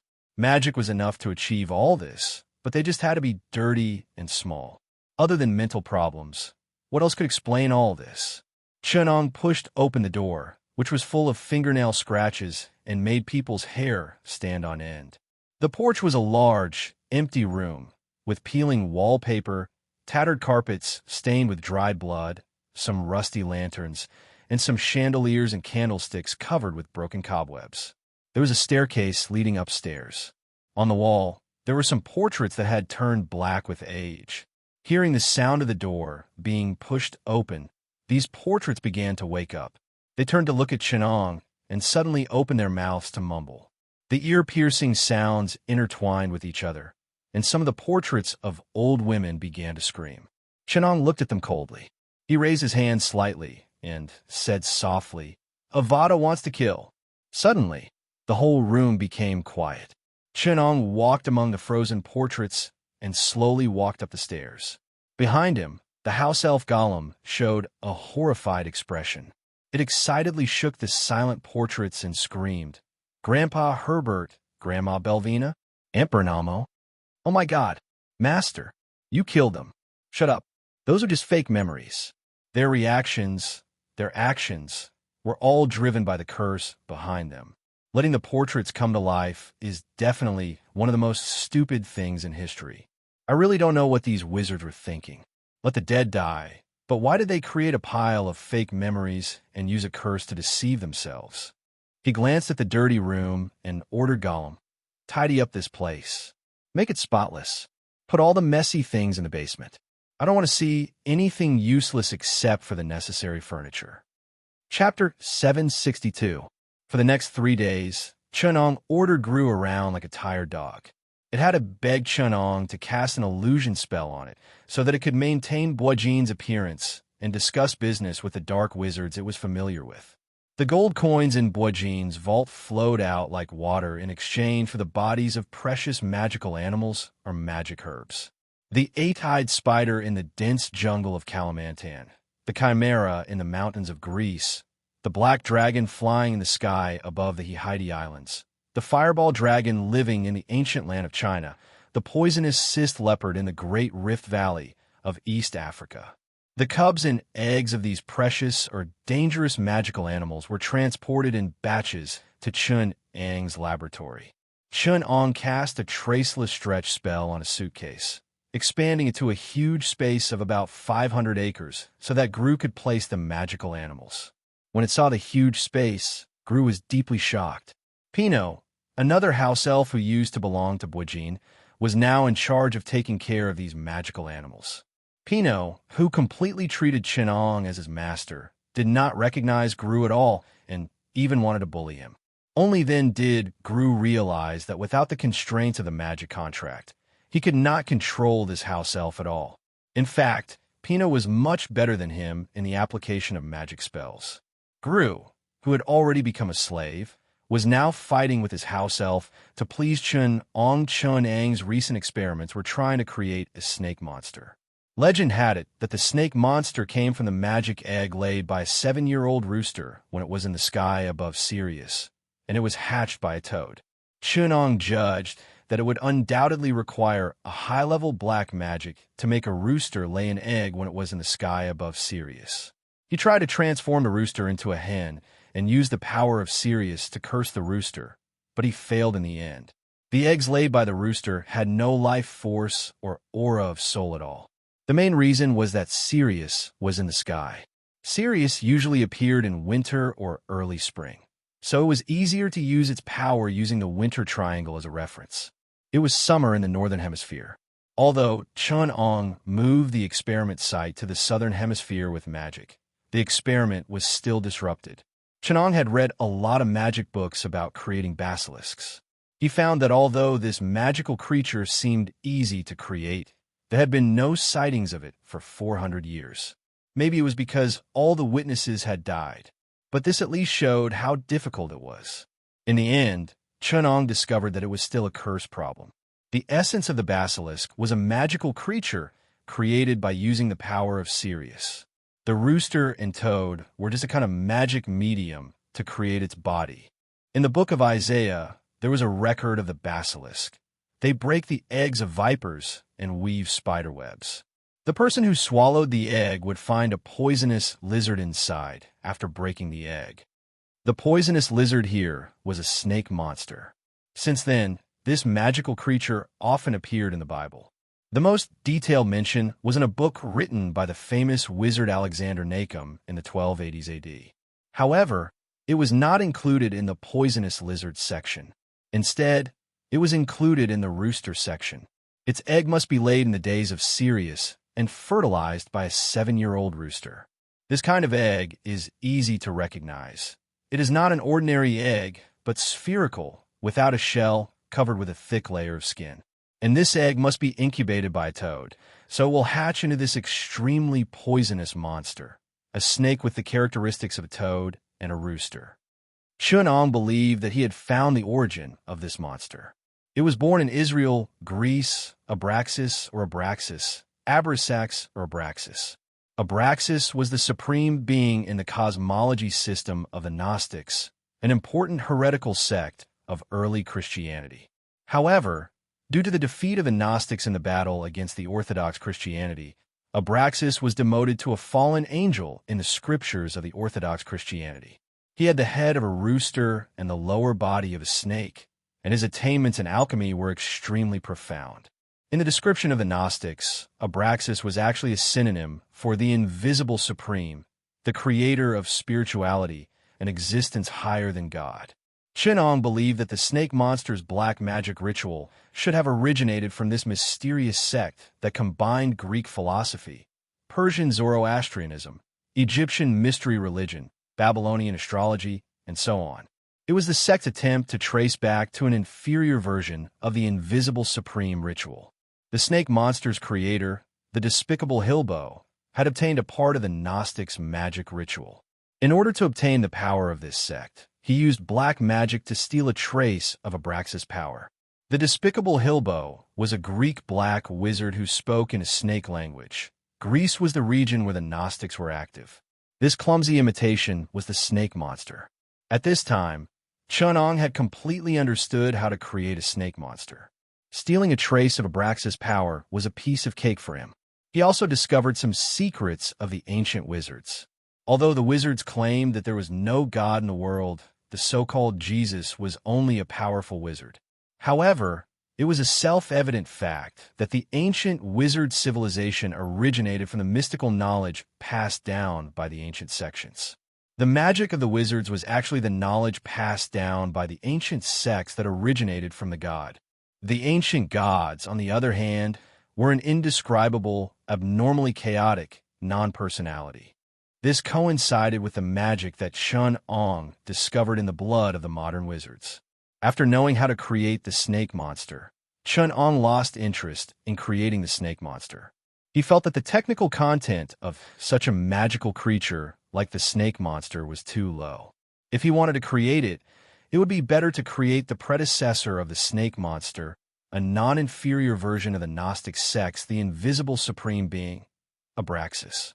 Ong planned to create such an existence in several stages. First, he would create a snake monster to practice his skills. Then, he would create the Jewish angel Obase with a coxcomb's head and a snake's body. Ong speculated that this kind of angel should have the special power to kill upon sight. Its name, Abracadabra, meant I bless the dead.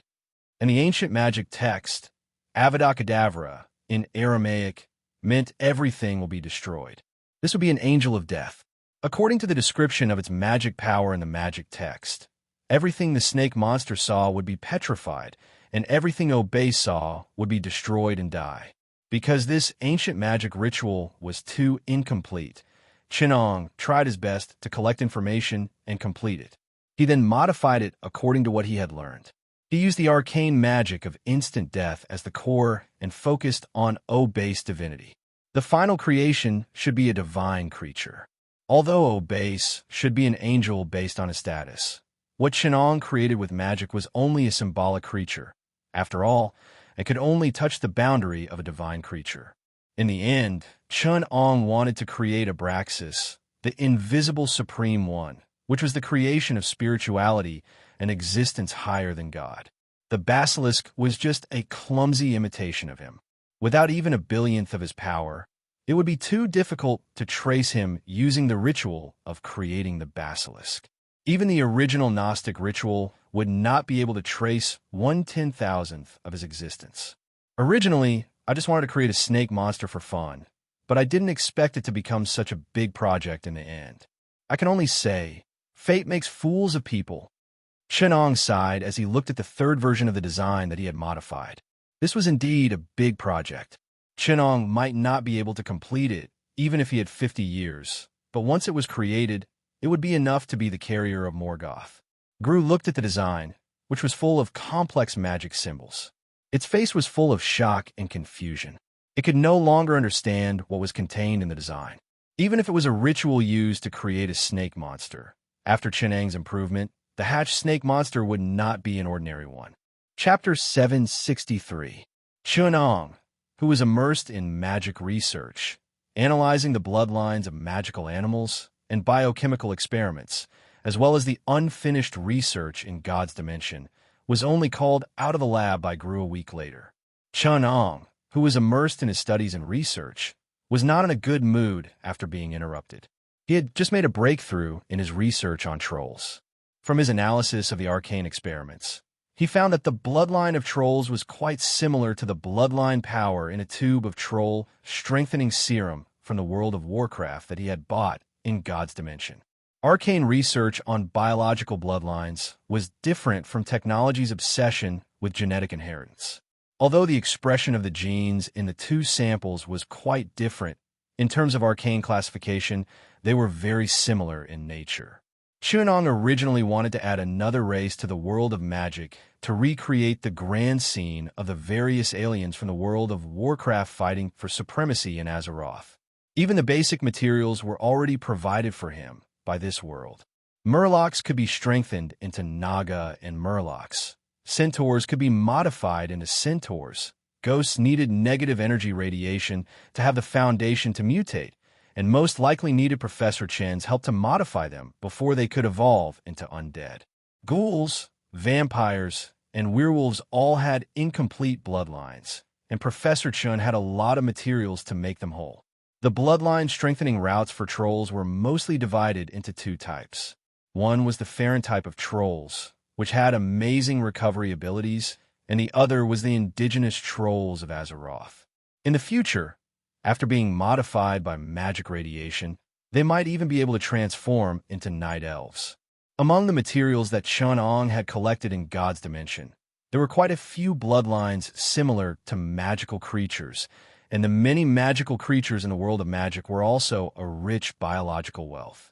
Using this world as a large-scale experimental site, it was a good idea to do a large-scale biochemical experiment. Just as Chunong was methodically preparing for the experiment, he was disturbed by Gru. Chunong calmly looked at this frightened house elf. Gru trembled and secretly glanced at Chun-Ang's dark expression, so it trembled even more. It opened its mouth a few times, but could not form a proper sentence. Chunong looked at this useless elf, and his mood was actually not as bad as it thought. Instead, he was thinking with great interest.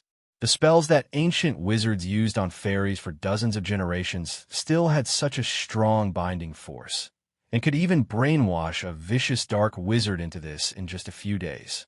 This piqued his interest. "Master, old Malfoy just tried to contact you," wise Mr. Boggin. He had a batch of black magic items that he wanted to sell to his master.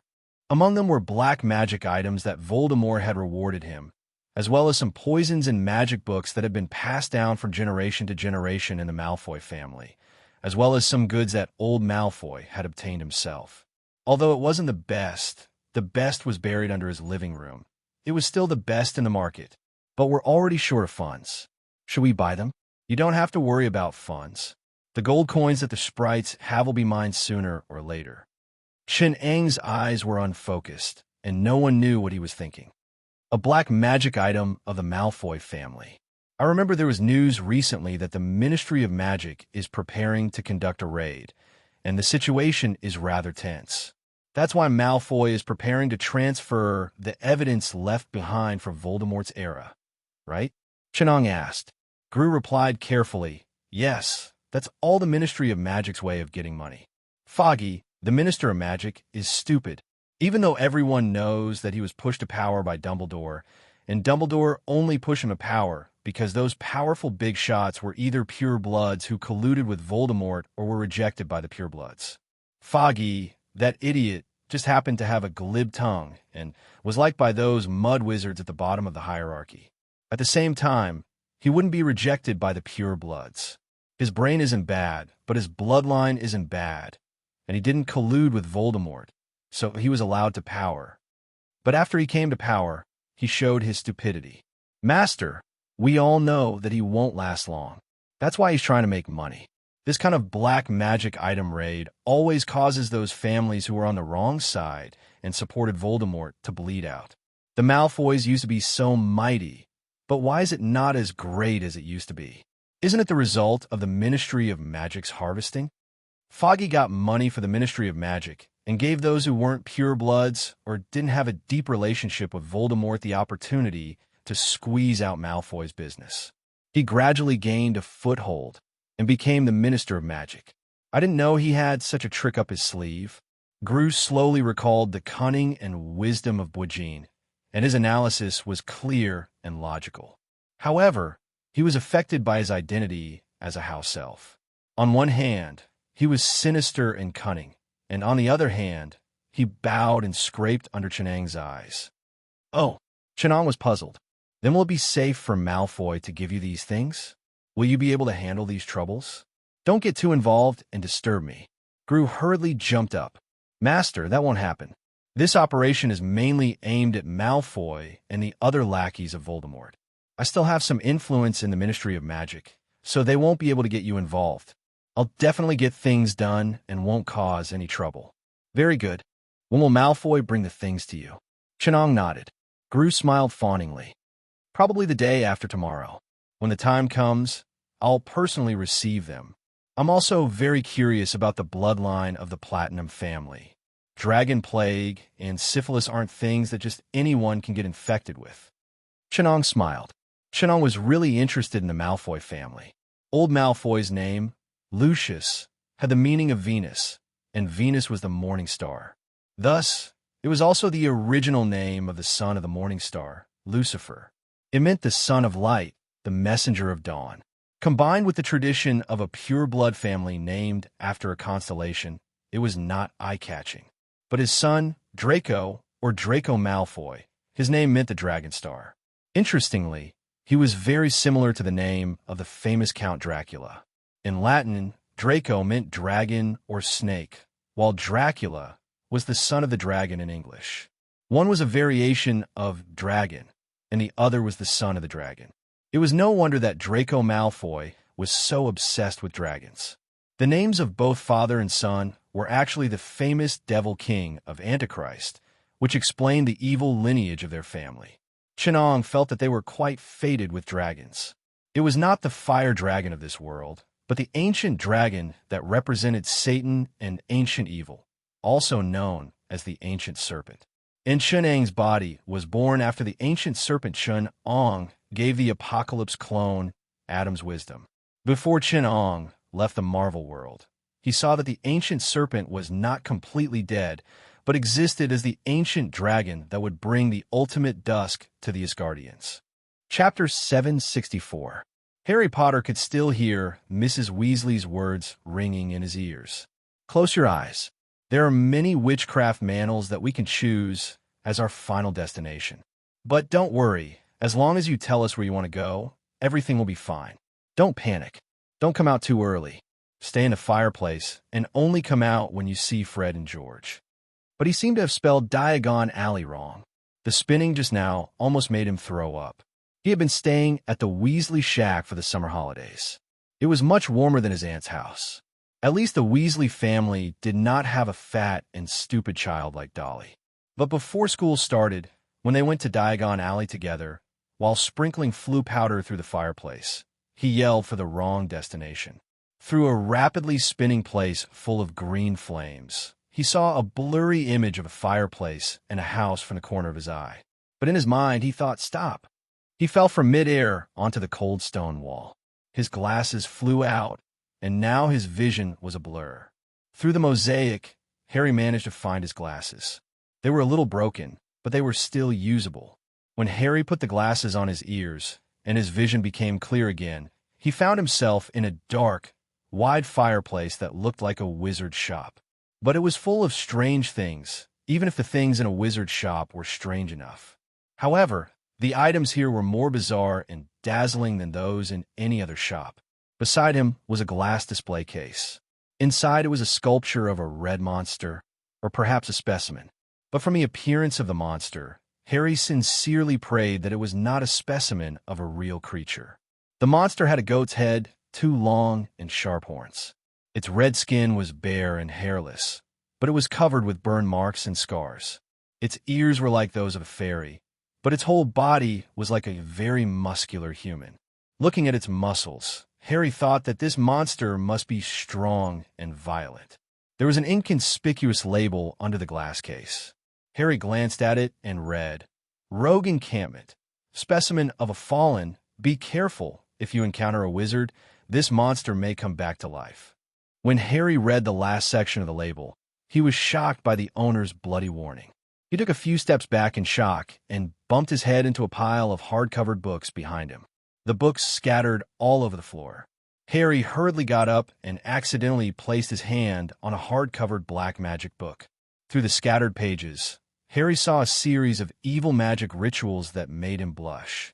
He hurriedly threw the book back into the pile. Only then did Harry notice how strange this place was. There were all kinds of masks on the wall, staring at people with horrified expressions. There was a stone mask with fangs under its lips, a clown with blood-red eyes, and a jaw that could open and close. Looking closely, there was a line of tags under it that read, "I want to play a game with you." There was a label under it that said, "I want to play a game with you." There was a mask that looked like a pig's nose, covering the lower half of the face, revealing only the mouth and nose with a fence. There was also a worn-out hockey mask with a small print under it that said, "Come to Mommy, Jason. Mommy loves you." There was a green wooden mask with only an upright iron ridge as the bridge of the nose. There was a label that said, "According to unreliable sources, this mask is the work of Loki, the god of mischief." After I asked Loki, he denied it. The weirdest thing was a gold-plated steel mask. The high-tech design made it stand out from the rest of the weird old masks.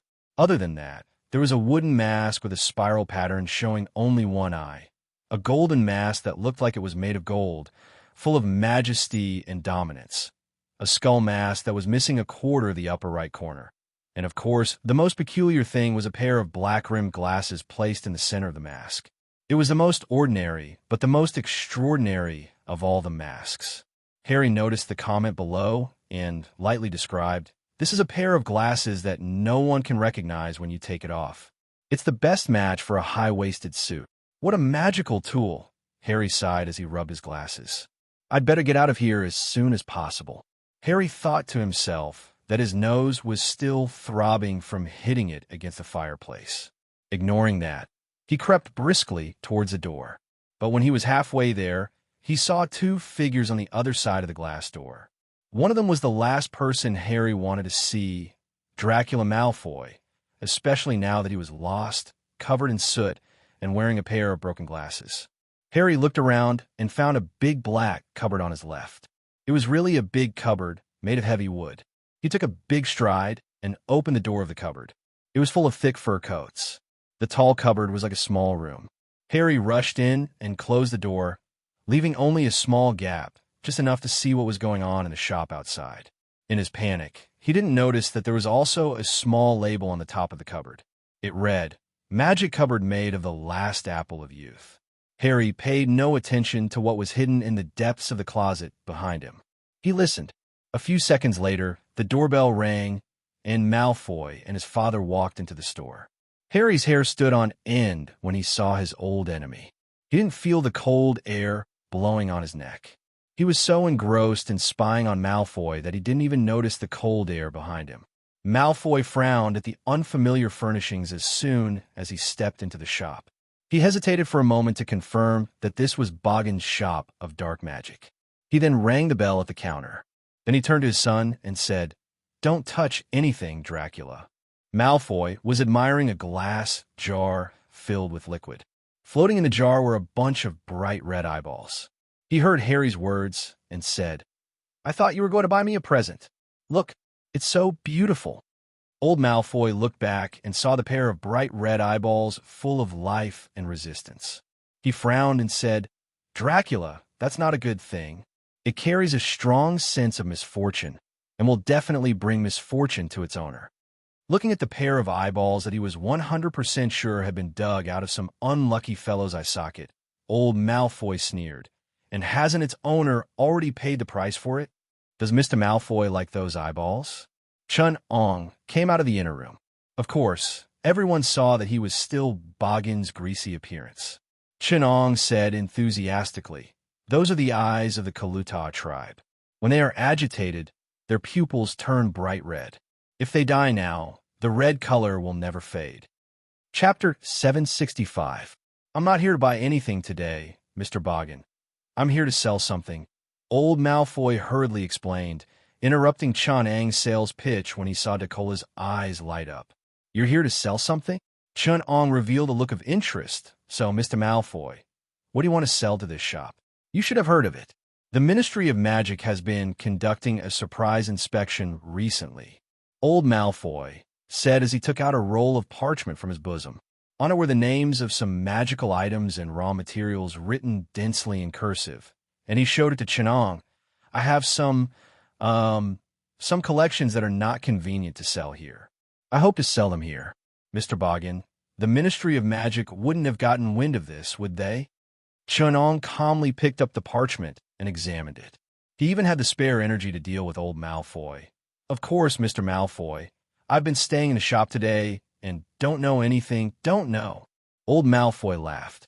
Well said, you don't know anything. I don't think the Ministry of Magic will bother you, right? Who knows? Chenong complained. They haven't bothered me yet, but I don't know in the future.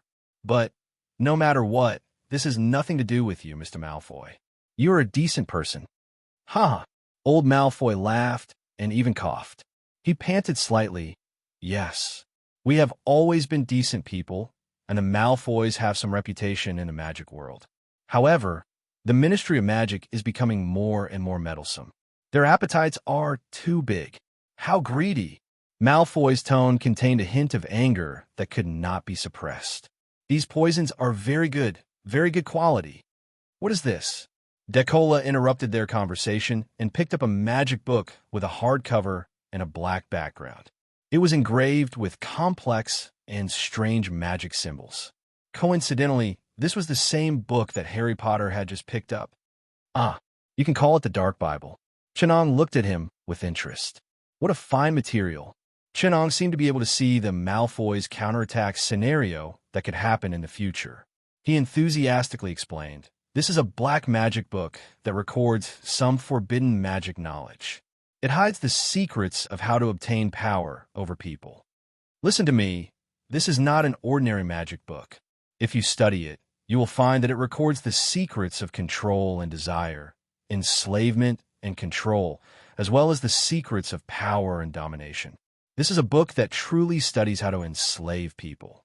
With it, you will always—" "Mr. Malfoy, your son has a unique eye," Chenong praised sincerely. "This book is so ingenious that only the Pink Book can compare to it. Others such as Solomon's 72 Keys, Gates' Necromancy Book, Black Female Bird, Gul'dan's Notes, Abdul's Necromancy Book, Black Book of the Undead, Golden Book of the Sun, Sunfall City's Guide, Lord Xian's 7 Secret Scriptures, our Ela texts, and Thorn Scrolls are far from comparable." Hearing this, Harry felt his blood boil. I can't let Malfoy get his hands on this evil thing, or tell Dumbledore after he buys it. He focused even more on the gap in the wardrobe, not willing to miss a single detail. I want my son to stay away from it. Old Malfoy snatched the book from Dracula's hands and threw it back into the pile of books.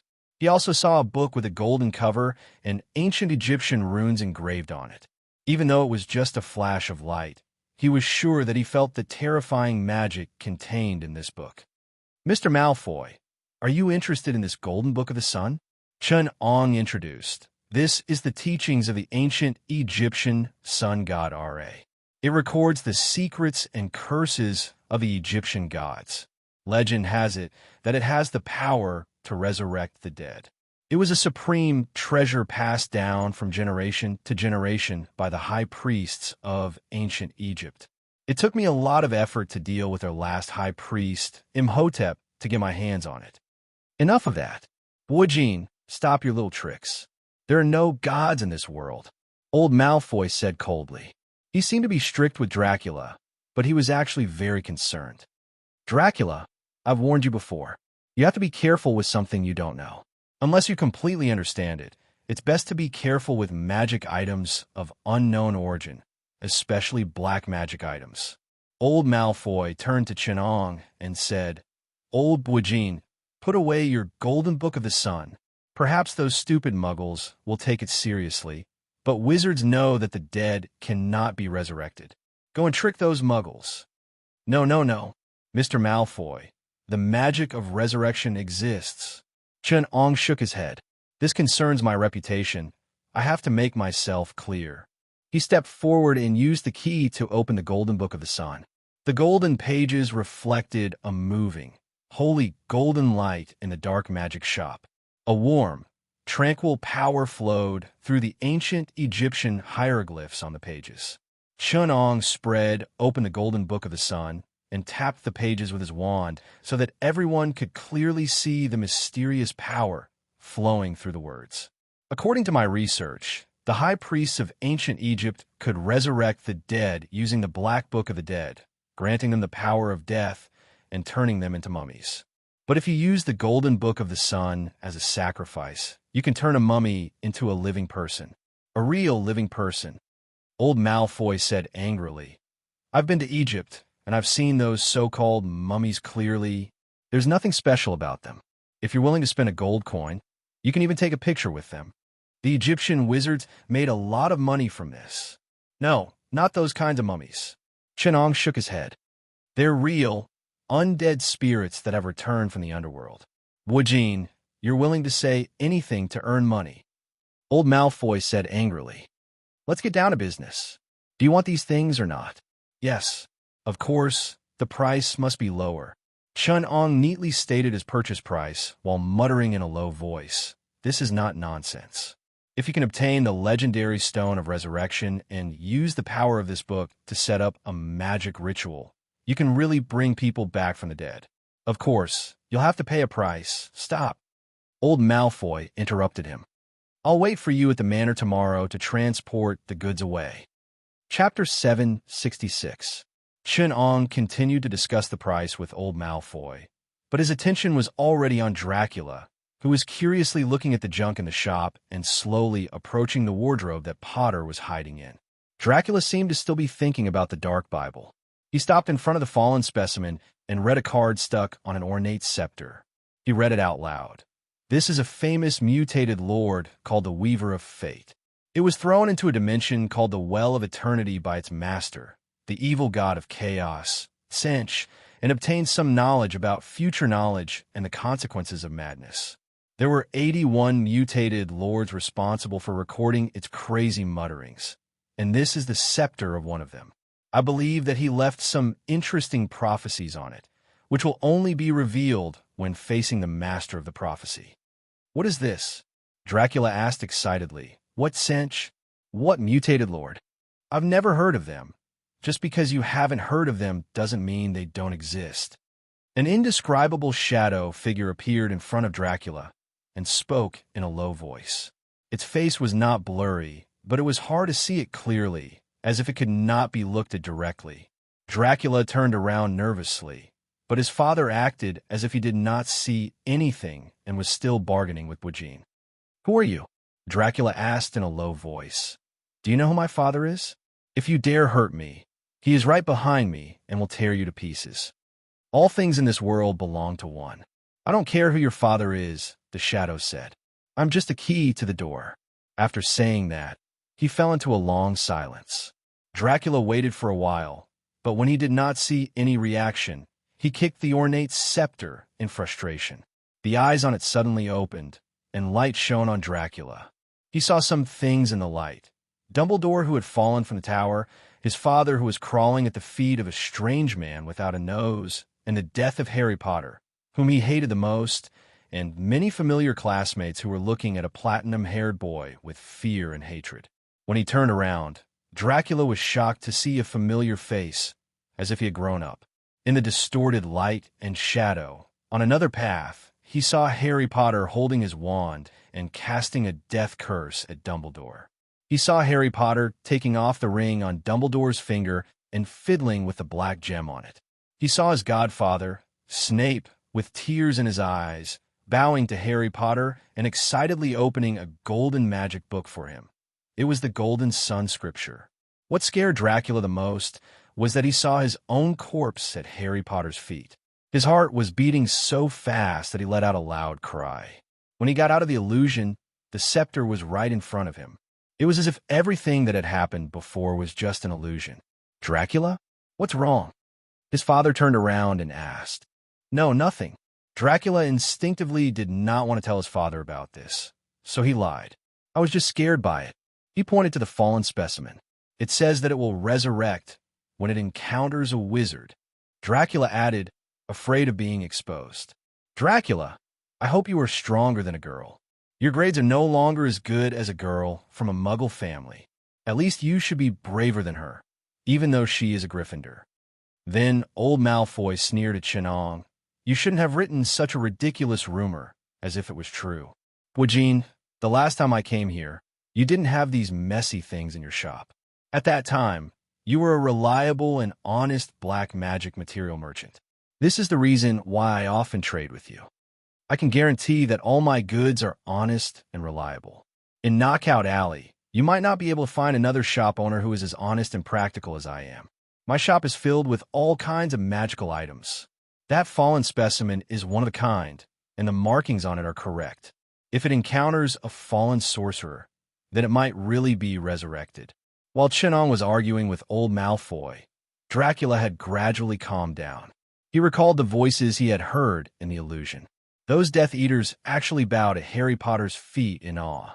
Were they shouting, "The Dark Devil"? They actually called Harry Potter the Dark Devil. Malfoy Dracula felt a strong sense of jealousy and anger. How dare they call Harry Potter that? That good-for-nothing. Apart from an ugly scar, he knows nothing. How can he be worthy of this honorific? This should belong to me. Malfoy Dracula made up his mind. He could not let such a terrible thing happen.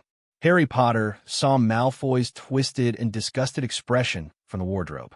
He heard Malfoy muttering to himself, "Was what I saw just a prophecy? I can't let it happen. Harry Potter does not deserve to sit in that position, even though he killed Dumbledore." I killed Dumbledore? In the wardrobe, Harry was shocked beyond words. What kind of nonsense is Malfoy thinking? Harry saw Dracula sneaking glances at the golden magic book, his eyes full of suspicion.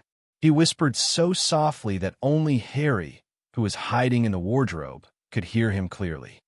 That golden sun scripture and Dumbledore's ring. Is it the Life Stone? If that's the case, then did Harry Potter really find the secret to resurrection?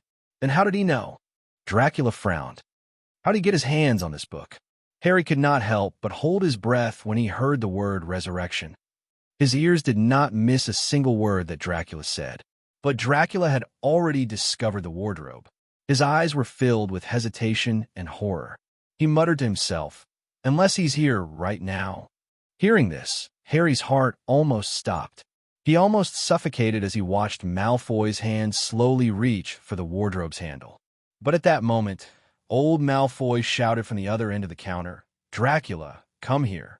Malfoy Dracula flashed a smile that Harry was familiar with. It was arrogant and disgusting. He said, "I must be crazy to think that. Arrogant Potter is still at his disgusting uncle's house. He can't even eat. How could he come to Knockover Alley?" Dracula turned around and walked away. Harry wiped the non-existent sweat off his forehead. At this moment, he suddenly felt that the wardrobe was very cold as the coldest winter. The cold air was coming from the dense coat behind him, which made Harry a little curious. On the other side, Dracula was pestering old Malfoy to buy the magic book made of gold, but Chenong offered a sky-high price. "Are you crazy? Borgin, I could buy your whole shop with that money." Malfoy said angrily. Chenong insisted, "It's worth that much. It's a magic item made of magical gold, and it has the unparalleled power of resurrection. This is already a bargain." Chapter 767. The moment the door closed, Chun Ang's attitude became obviously perfunctory. He said in a low voice, "Old Malfoy spat out a lot of things under Dumbledore's pressure, but I know you've hidden at least half of it.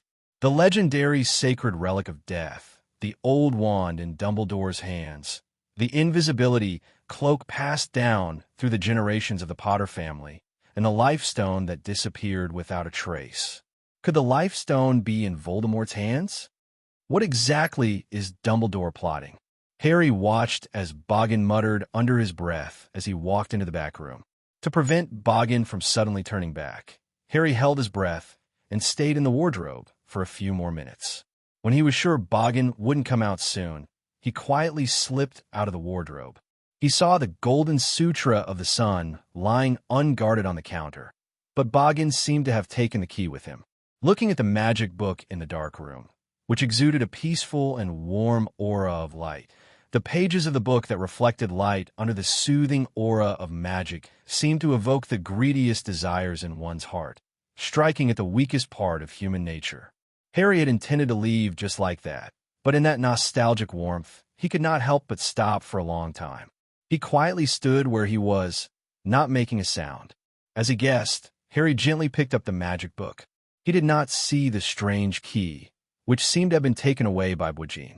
But it did not matter, because the book was open. Harry placed it horizontally into his robe, and the loose robe could easily accommodate the large magic book. The golden pages pressed tightly against his lower abdomen. Like a frightened quail, Harry hunched his body, trying to make the outline of the book less obvious in his robe. Then, he quickly passed through the glass display window and out the door of the shop. Holding the broken glasses tightly to his face, he looked around. He seemed to be in a dark, damp back alley. On both sides of the alley were glass display windows with dried human skulls and bones, spiders, and toads. They seemed to be shops for dark magic. He looked up at the sign of the shop he had just walked out of. It read, Wajin Burke Dark Magic Supply Shop. When Harry saw two shabbily dressed wizards pointing at him from the doorway, he was so nervous that he almost suffocated. He had a strong urge to pull out his wand and give them a heads up, but he suppressed it with great willpower. Dear little friend, are you lost? A strangely sharp sound, like a cat's paw scratching on glass, rang in Harry's ears, making him almost jump. Harry looked back to see an old, ugly witch dragging a tray full of human fingernails. Her face was wrinkled like a moldy orange, and she grinned, revealing sharp green teeth. Harry ran without looking back. He hugged the magic book in his arms and ran along the winding path of Knockover Alley. When he was about to exit the alley, he bumped into a tall figure. Harry quickly turned his head, and his heart almost jumped out of his chest. He did not greet the familiar figure and ran into the crowd at Diagon Alley without looking back. Hagrid did not react for a moment. He looked at Harry's back and exclaimed, Harry! The rabbit-like figure trembled and ran even faster. Squeezing back and forth, it disappeared into the crowd. Hagrid did not know what happened, and he was not even sure that the figure was Harry's. But out of concern for Harry, he still chased after the figure.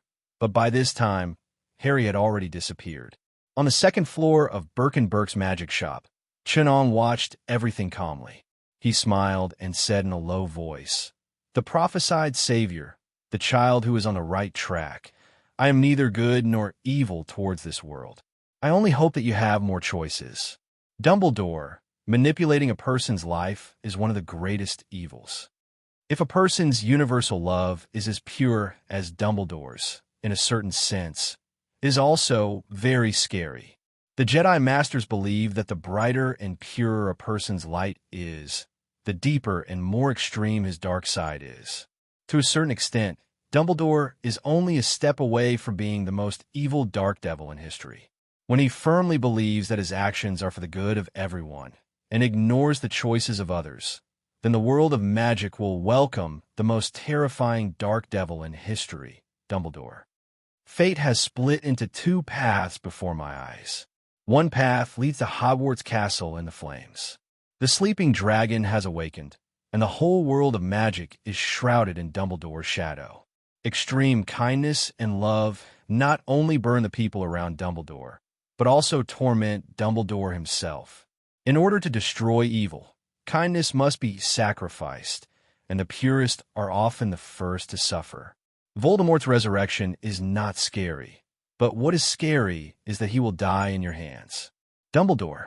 The other path leads to the dark abyss, and the one closest to Voldemort is the one who is destined to end him.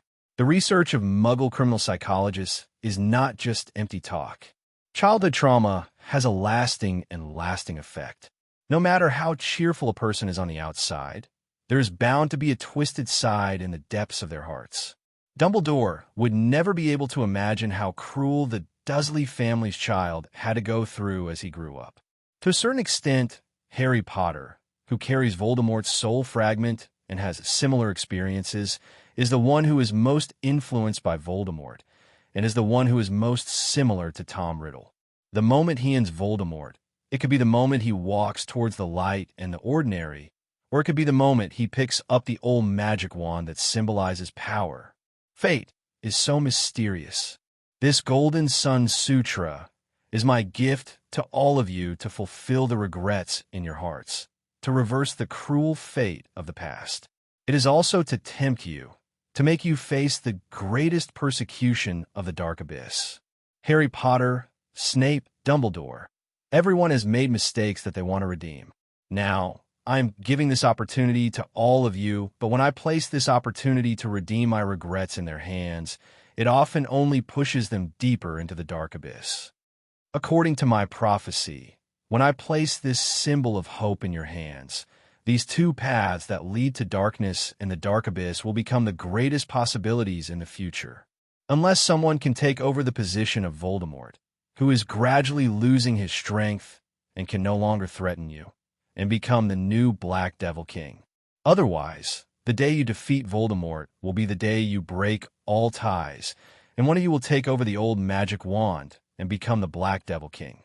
For the peace of the world, for the future of the magic world, I, Chun-Ong, have decided to become the Black Devil King and stop this future that makes you feel despair. Kindness is only more precious when it is set off by evil, and justice is only shown when it is needed. The appearance of the Black Devil King is definitely not because of one person's depravity and distortion, but because of the eruption of the conflict at the bottom of the magic world, a life and death struggle between purebloods and mixed bloods. The magic world needs a revolution, a complete purge. This is the mission of the third Black Devil King. Chapter 768. When Gru returned, he saw Chun-Ong reading a black leather notebook covered in copper. There was a name pasted on the leather cover, Tom Marvolo. Marvolo Riddle, Tom Marvolo Riddle, was so engrossed that he did not even lift his head when Gollum arrived. Chun-Ang's fingertips flickered with the blue light of arcane energy. As his index finger moved across the pages, he analyzed the delicate magic structures and soul fragments. Different from the magic in this world, the arcana that Chun-Ong learned and used was a power with perfect internal logic and a strict system. Its energy was conserved and stable, and the rules of arcana operated according to order. On the Faerun continent, Arcanists could use arcana to extract power from the 4 major elemental planes and the 8 derivative elemental planes. They had even created the magic net, a creation that extracted arcana energy from countless planes rich in energy. Although he had already left the multiverse where the Faerun continent was located and came to a universe without elemental planes, it was not difficult for Chun-Ong to extract arcana energy from the dark planes of this universe with his arcana level. In the study of arcanist spells, planes were an exquisite spatial concept. It was a kind of analysis and positioning of space by the Grand Arcanists. Although planes had theories based on the special laws of the multiverse where Faerun was located, there was also a general analysis of space in the universe. Chun-Ong combined the knowledge that the mages in the Marvel world opened dimensions and obtained the energy to cast magic. He combined it with Faerun's arcanist system and improved the source of arcana to obtain energy. When he first entered this universe, he had anchored some of the lower latitudes through some measurements of the universal constants. He had locked onto some planes that did not have the concept of time in those complicated and infinite dimensional spaces. Through these planes, Chun-Ong could use the vacuum motion in the universe that fluctuated with plane time to obtain endless safe energy. Other than that, he could also extract matter and mass from some planes of dark matter. He could even lock onto the spatial structure formed by the gravitational distortion of some massive stars, fire-like planes of elements, and extract energy and matter from them. This was the great power of the Grand Arcanists, as well as the macroscopic application of space, energy, and information cosmology. While the wizards of this world were still extracting the magic power in their blood and achieving some chaotic and disorderly results through magic that was essentially chaotic, Chun-Ong had already pried open the ocean of vacuum energy of the entire universe through the low-latitude dark plane and had boundless arcana power to squander. In particular, Chun-Ong had recently built the Well of Eternity's vacuum zero-point energy plane absorption structure, which had increased the efficiency of energy mobilization to the stellar level. As Chun-Ang's research developed, and his understanding of the structure of space in this universe deepened. The energy he could use would only become more and more powerful, and the arcana he could achieve would only become more and more terrible. This was the reason why he was able to remain calm. Now that the Well of Eternity's arcane creation was about to be completed, there was enough energy to weave a magic net that covered the entire earth that contained level 9 spells. It's time to do something practical, Chenong thought. He put down Voldemort's soul vessel.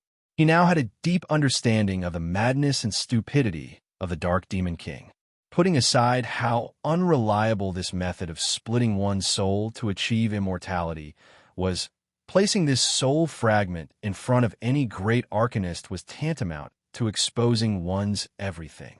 In the East, immortal cultivators guarded their names, birthdays, hair, and blood as if they were their lifeblood, while arcanists did their best to hide their real names in an attempt to deceive the gods. How stupid would one have to be to entrust one's reincarnation fragment to an ordinary magic notebook?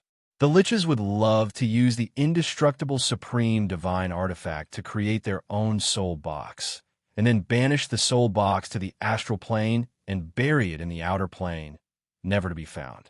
A black devil king who was filled with hatred and whose subordinates all had ulterior motives had actually entrusted his soul fragment to a subordinate who had never been a loyal subject.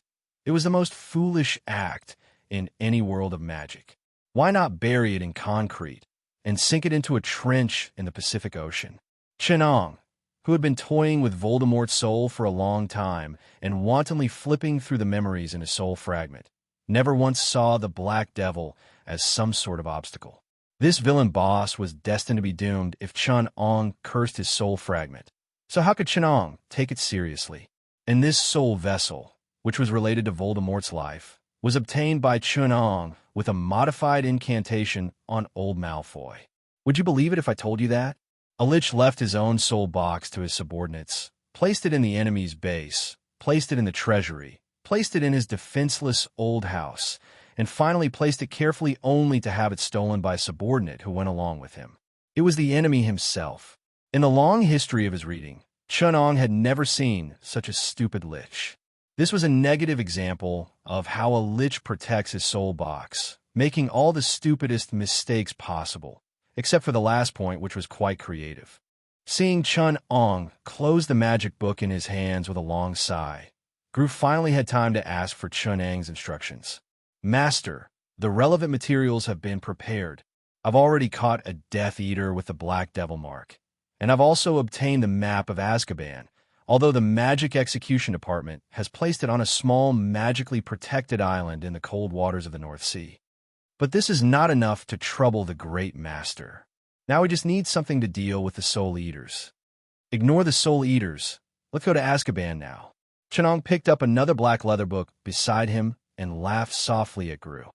In regards to the origin of black magic to create soul vessels, some ancient wizards have proposed an interesting possibility. In ancient Egypt, the god of strength, Seth, murdered his brother Osiris, and Osiris' son, Horus, devoted himself to avenging his father. In the end, under the judgment of the gods, Horus and Seth divided Egypt into two parts, Upper Egypt and Lower Egypt. And Horus' father, the god of the underworld, Osiris, was dismembered by Seth. In the end, Horus collected most of Osiris' remains. Only one piece was swallowed by a crocodile, and its whereabouts were unknown. However, Osiris was resurrected with the help of Anubis. Many ancient wizards believe that this is the origin of soul vessels. Chenong picked up the black metal book and said softly, "The black magic to create soul vessels retains the knowledge of Osiris' immortality, but lacks the knowledge and power of Osiris' resurrection, not to mention the secret that later made Osiris the god of the underworld. And aren't Voldemort's loyal followers pursuing the former?" Chenong smiled. "Resurrecting Voldemort as a mummy. I know they found an ancient resurrection spell. The flesh of servants, the bones of their ancestors, and the blood of their enemies." Gru trembled at the side as he listened to Chenong continue. Everything they pursued was in this book, the Black Scripture of the Dead, which recorded all of Anubis's secrets and power. It was Anubis who resurrected Osiris, and it was Anubis who gave up the position of god of the underworld to Osiris. Everything that Voldemort pursued his entire life was in here.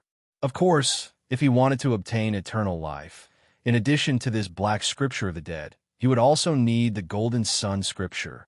If this scripture fell into Dumbledore's hands, he would be able to easily use the soul vessels to kill all of Voldemort's soul fragments.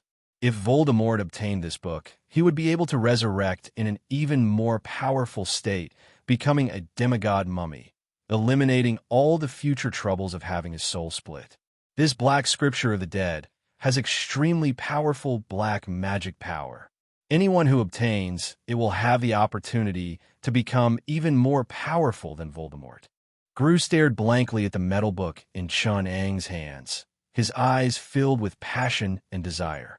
He said timidly, "Master, apart from you, who else is worthy of such great power? This book should naturally be yours." Chapter 769. Chun-Ang stood on the bow of a sailboat in the open sea of the North Atlantic Ocean near Norway. The deck under his feet was soaked black by the seawater. A large number of shells and barnacles were parasitic on the ship's body. There were some holes in the decaying hull, and the sails that were flapping in the wind were riddled with holes. The sailboat was mysterious and quiet in the thick sea fog. It was a ghost ship, unlike the ghost ships and ship monsters that were commonly seen in the magic world. Chun-Ang's ship was a ghost ship that had been resurrected by himself. He had used magic to raise a sunken 16th century Spanish galleon in the English Channel, manipulating arcane energy to transform and revive it. He had used some of the magic from the Pharaon arcane system to create ghost ships.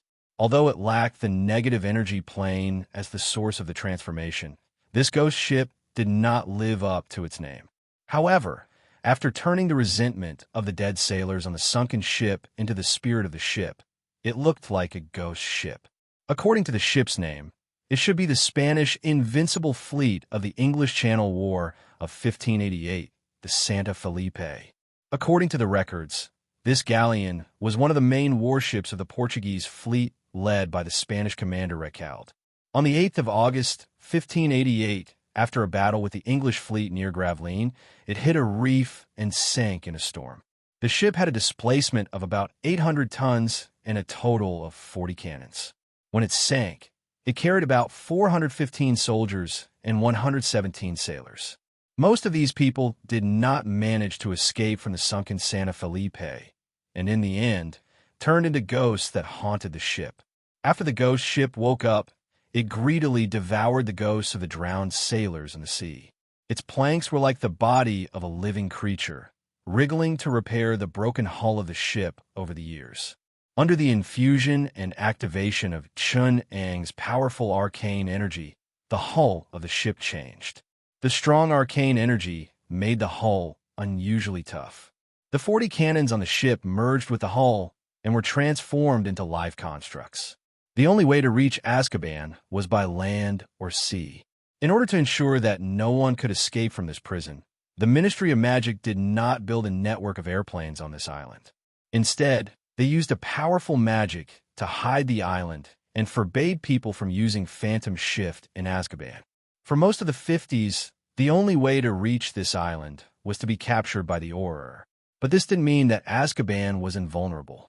Otherwise, the big prison break in 1996 and the escape of Sirius wouldn't have happened in the future. It was very tight to outsiders, but for the prisoners inside, there were many loopholes. Master, Gru trembled as it prostrated itself at Chun-Ang's feet. Azkaban has been cast with a powerful loyalty curse. Other than the Ministry of Magic's secret guards, no one can find it. It has a total of 5 confidential people. Apart from the public director of the Magic Execution Division, the identities of the other 4 are strictly confidential. But I still found out the identity of one of them. Master, let me bring him here, Gru screamed. Chun-Ang only laughed softly after hearing this. No need. I asked you to find the former Death Eater. Have you found him? Gru prostrated itself at his feet and said in awe, I've found him. Master, I'll bring him here now. After saying this, Gru took 2 or 3 steps back. After leaving Chun-Ang's sight, It used phantom shift and disappeared into thin air. After a while, it dragged over a man with filthy hair that looked like a homeless man. The man lay in front of Chenong and looked like he wanted to vomit. Gru screamed, "You dirty mud spawn! How dare you be so presumptuous in front of Master? If you dirty the deck in front of Master, I'll cut your heart in bones until you die." The man heard Gru's threat and shuddered. He looked up and saw Gru's current appearance. His eyes immediately widened and he stammered, "Mr. Bujin, how did you?" He looked up and saw Chenong. He was even more confused. "Mr. Bujin, so you're here. Can you give me the 20 gold coins you promised me?" Gru respectfully introduced the man to Chenong. "Master, this is Adonis Selwyn. His family are pure-blood supporters of Voldemort. However, even among the Death Eaters, he was the one who was looked down upon. Before he was 10, he was almost a squib. His brother, Selwyn, a loyal follower of Voldemort, even wanted to strangle him to death. However, when he was about to suffocate, he produced a small magic riot. Because of this, he was recognized by the Selwyn family. However, his magic was extremely weak, and he was widely ridiculed among the Death Eaters. But because of this, he escaped the punishment of the Ministry of Magic. The wizards believed that even if he wanted to do evil, he would not be able to do it with his magic power and the level of magic spells. But even though he was a half-squib, Adonis still had a cruel heart. I know that he secretly hunted down muggles who were powerless to resist, because he believed that those black magic rituals could make his magic power stronger. He did many evil things, but he was never suspected by the Ministry of Magic. Adonis trembled under Chun-Ang's cold and calm gaze. He gathered his courage and said to Chun-Ang, "Mr. Bujin, what do you want me to do? As long as you pay me, I can do anything for you." "No, I don't need you to do anything." Chun-Ang shook his head indifferently. He reached out and stripped Bujin's true name from his body, temporarily giving it to Gru. As Gru convulsed violently, it reverted to Bujin Bork's appearance. At the same time, Adonis saw Chun-Ang's true appearance. That Asian appearance was very eye-catching. Chun-Ang absorbed the arcane energy from the well of eternity. In the void, energy tides that Adonis could not see surged towards him. Following Chun-Ang's arcane magic, Chun-Ang opened the coordinates to the Faerun universe for him. A ray of starlight crossed the multiverse and landed on Chun-Ang's body, turning into a black robe. Chun-Ang obtained the true name he wanted from another multiverse. Although his face did not change, in everyone's eyes, he was already a different person. "My name is Darth Morgoth." So said Darth Aeon Morgoth. Morgoth lightly pointed in Adonis's direction, and an intense magical aura drowned the man. A magic mark of a snake entrenched under a skull was extracted from the flesh that had been devoured by the Spectre ship. Chun-Ang kept the black magic mark and used it to cast an arcane spell from the School of Prophecy. In the midst of magic, Azkaban's position was clearly determined. What does Azkaban have the most? Chun-Ang turned to Bujin and asked. Bujin, who had already returned to his human form, did not change his servile nature. He smiled obsequiously and said, "It should be the Soul Eaters, but you can't catch the Soul Eaters. Otherwise, I could also use this arcane spell to locate Azkaban." Bujin knew that Chun-Ang was expressing his dissatisfaction with the progress of his acquisition of the mystical animals. His forehead was immediately drenched in sweat, and his body was trembling slightly. His face was full of fear. Fortunately, other than the Soul Eaters, Azkaban has the most Death Eaters, and Voldemort likes to put magic marks on his believers. This way, he can know where they are, control their thoughts, steal the memories in their heads, and even control their lives. But through this, the Dark Demon mark floated on Chun-Ang's fingertips. What Voldemort can do, I can do too. Chun-Ang took out his new wand. It was a wand made of sea willow and dragon heartstrings. Chun-Ang had made it in passing when he was making the Spectre ship. He did not need a wand, but as a reserved Dark Demon King, it would be too conspicuous if he did not prepare a wand. So he made this well-behaved and loyal wand. Sea willow was black coral, not a type of wood. It did not have the ability to channel magic like wood did. However, Chenong appreciated the feel of it. Although it was difficult, he still used arcane spells to modify the material, making it more compatible with magic. Chenong tapped his wand slightly, and a winged dragon flew out of it. It landed on Buojin's right arm, and accompanied by a burning pain, Buojin pulled back his sleeve. He saw a scarlet dragon spread its wings and coiled on his right arm. Through this tattoo, he could sense a vast energy source like the mouth of a well beside the moon in outer space. Powerful arcane energy condensed into a high-density form like well water and lingered in the arcane well. An endless stream of arcane energy flowed from the tattoo, giving Buojin waves of pleasure. Arcane energy could easily be converted into magic, nourishing his bloodline. It was a powerful feeling, and Buojin was intoxicated by the flow of this power. He greedily wanted to absorb more, but after reaching a certain point, he was blocked by an invisible restriction. This is my arcane mark. You can call it Milko's star. Not only can this mark contact me at any time, but it will also convey my orders at any time. At the same time, it is also a beacon that allows you to receive the arcane radiation from the well of eternity and borrow its power. However, there are 9 levels of authority in the well of eternity, and I'm only giving you the first level. Do you want more power? Then pray for my blessing. However, this blessing can become a punishment at any time. If you do not satisfy me, then the radiation from the well of eternity will no longer be pure arcane energy. Instead, it will be like maggots in your bones, a curse that will cause you extreme pain. From now on, you'll call me Morgoth. This name has an extremely powerful magic that allows you to borrow a bit of my power. At the same time, anyone who says this name will fall into my eyes. Any words that contain this name will fall into my ears, and you will even be under my protection. After you say this name, your communication with each other will be under my protection. It will not fall into the ears of anyone who is not favored by me. Anyone who says this name will be rewarded and cursed by me. If you say this name in the midst of fire, you will not be harmed by the fire. If you say this name in the water, you will not be suffocated by the water. If you say this name in the presence of weapons, the sharp blades will not be able to touch you. If you say this name under the influence of a curse, you will not have any fate with death. This is my protection curse for you. Chapter 770. The ghost ship moved forward in the thick fog. The dark magic mark floated above the bow of the ship, emitting a green glow to guide the ship. Around them was a thick curtain of sea fog. Gollum finally stood on the deck as Buojin. He still had the dignity of a house elf, but to others, he had regained the appearance of a wizard. This made him look like a house elf with a fawning and subservient expression in Buojin's body. It looked a little awkward. After Chun-Ong maliciously transformed him into a house elf, the ancient wizard's contract spell and curse had permanently destroyed a part of his knowledge.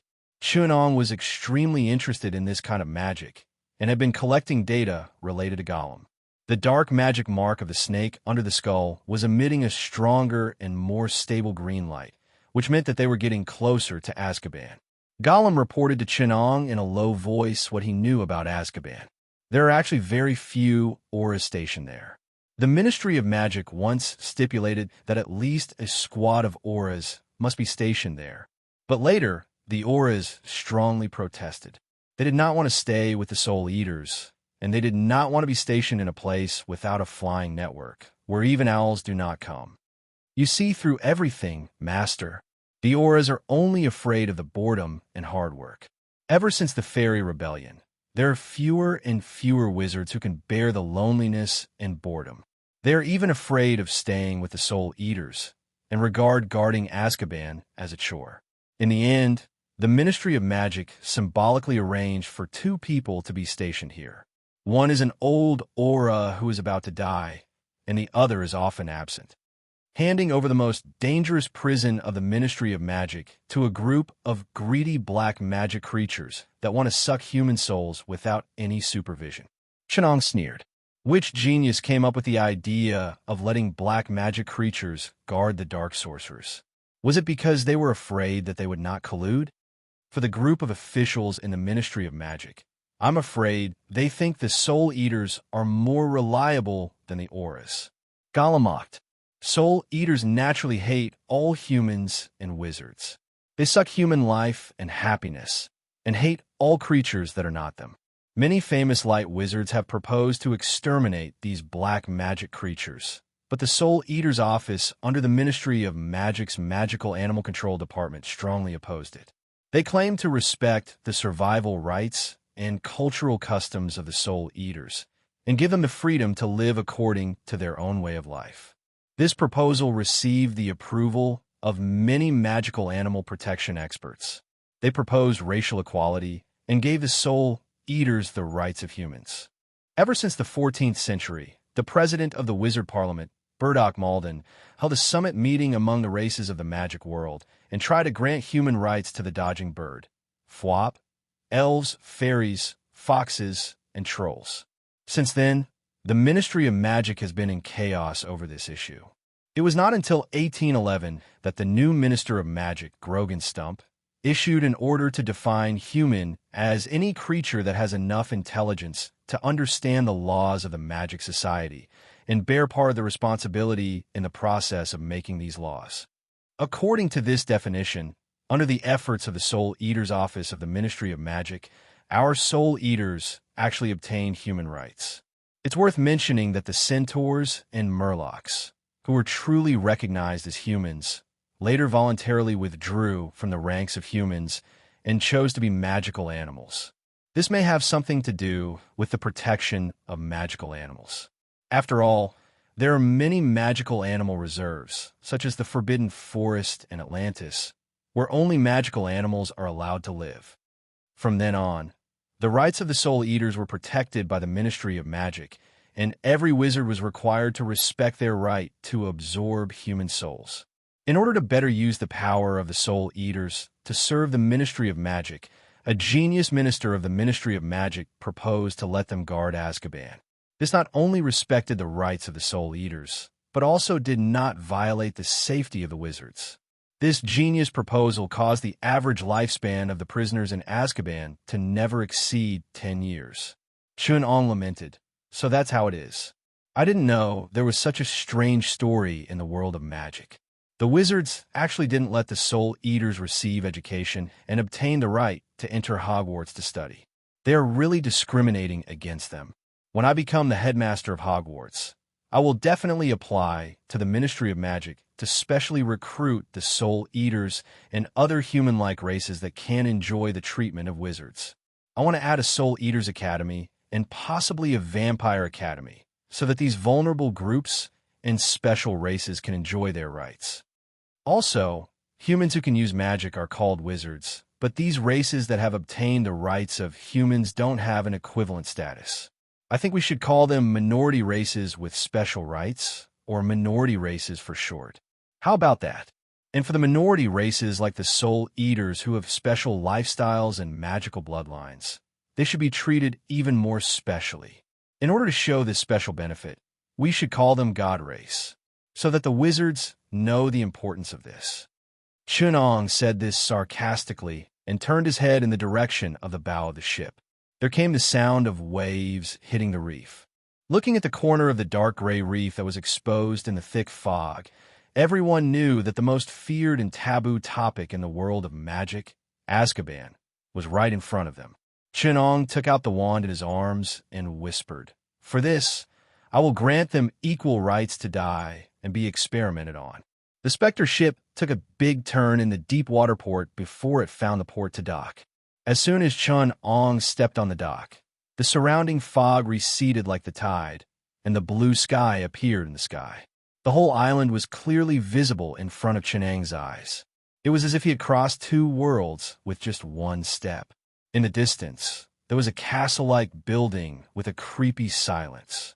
A figure like a small gray dot walked towards Chun-Ong from afar.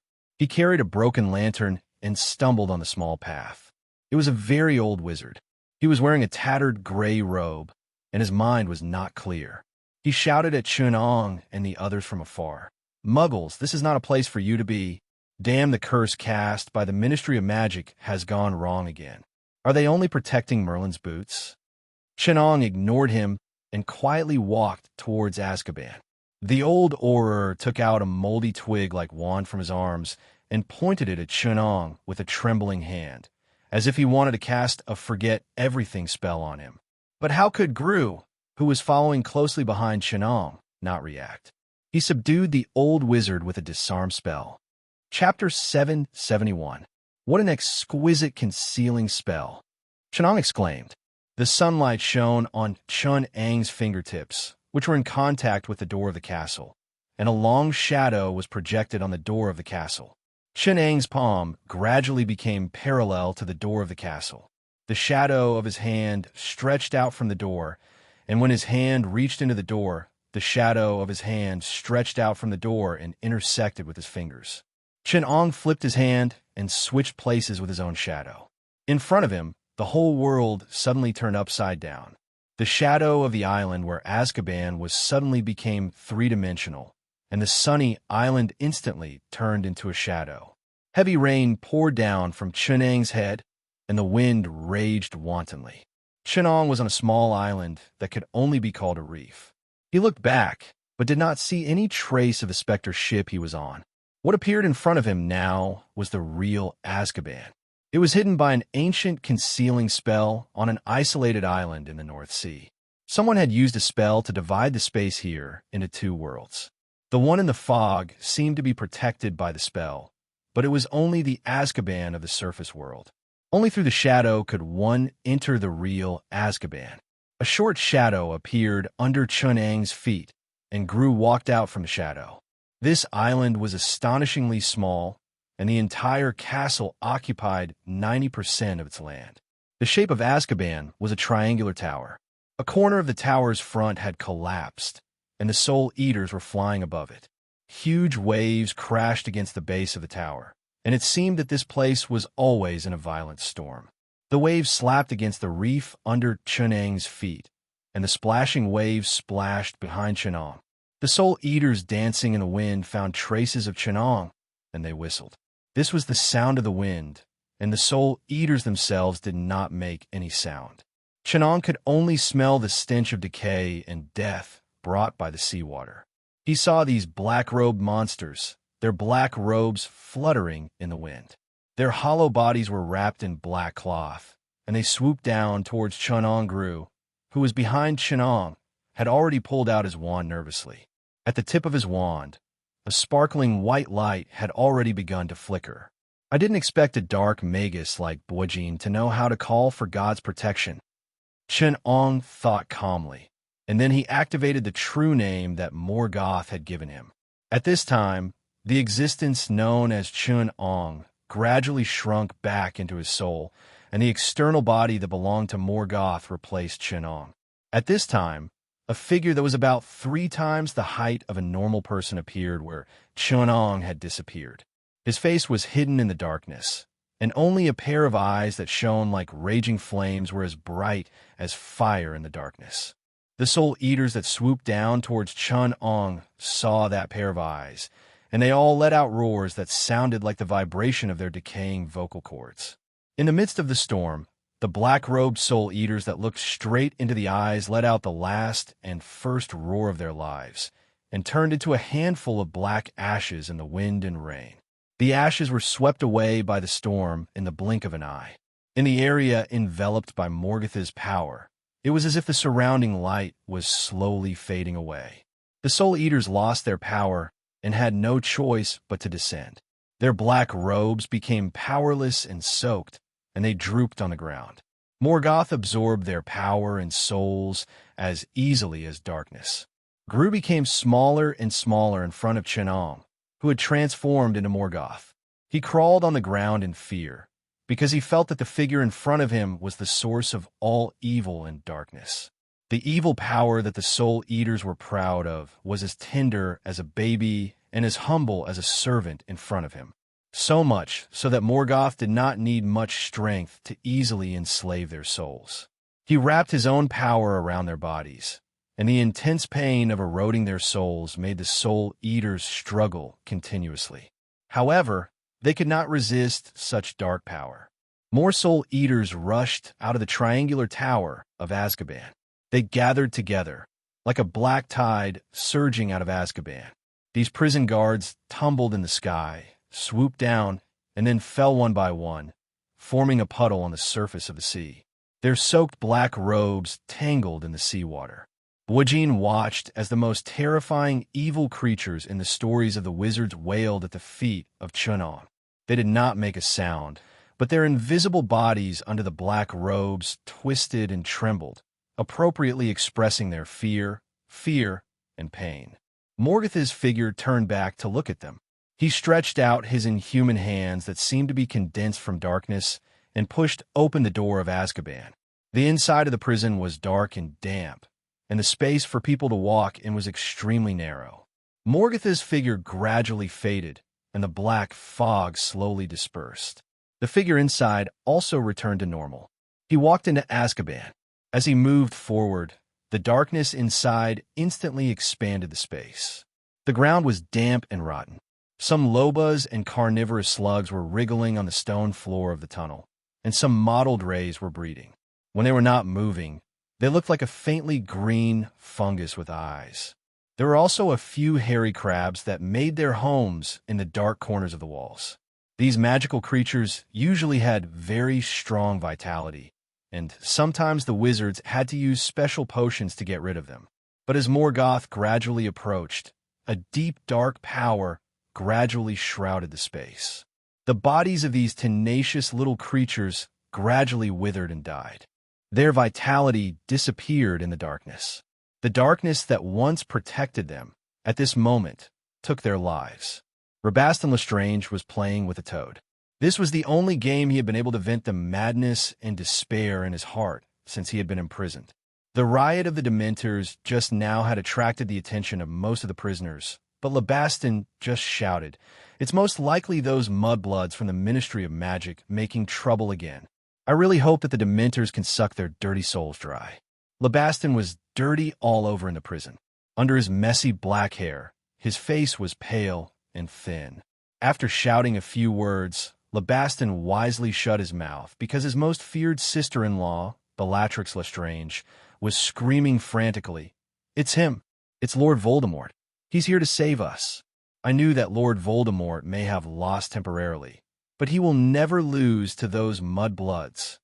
Rabastan, who lowered his head again, was surprised to see that the toad in his hand had lost its life. It was as if something in the darkness was absorbing its vitality. The body of this fragile little creature withered into a piece of skin. Rabastan felt that the darkness around him seemed to be much thicker, and an inexplicable coldness enveloped his body. In his already exhausted body, traces of energy were clearly fading. Rabastan felt as if he couldn't breathe. His mind was blank, and the warmth between his mouth and nose was being sucked away by the darkness. A numbness different from the Dementor's kiss gradually took control of him. On the outside, his skin was so pale that the blue-black blood vessels underneath could be seen. In his blurred vision, when he was suffocating, Rabastan, who was leaning against the fence, saw an indescribable figure coming from the side. Chapter 772. Rabastan. Rabastan Lestrange's brother, Rodolphus Lestrange, noticed that something was wrong with him. From his angle, he could see the side of Labastan's face sticking out of the bars. His face was deathly pale, and his eyes had completely lost focus, as if there was an indescribable fear dominating his mind. Rodolphus Lestrange shouted loudly, "Rabastan!" However, he realized that his brother did not respond to the sounds from the outside world.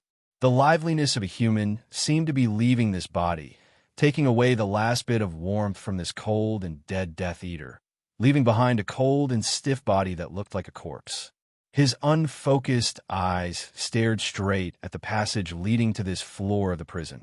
Because of the different angles of the cells, Rodolphus and Bellatrix could not see where he was looking at.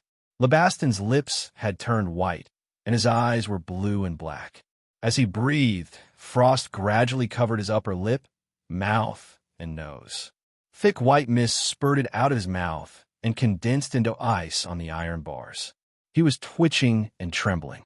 Rodolphus stared at him nervously, for fear that his soul would leave this body in the next second. At this time, Bellatrix could already see Morgatha's shadow from the corner of her eyes. She noticed that a kind of darkness that devoured the surrounding light gradually appeared around them. Even the brightness in the prison had decreased a lot. A shadow that was far taller than ordinary people slowly appeared in her field of vision. The shadow slowly turned around. Then she saw a pair of eyes that shone like flames in the inexplicable darkness. Bellatrix felt a powerful spirit rushing into her mind. She felt as if a cold tentacle had reached into her head. It could even be said that it was cold, chaotic, dark, and extremely evil.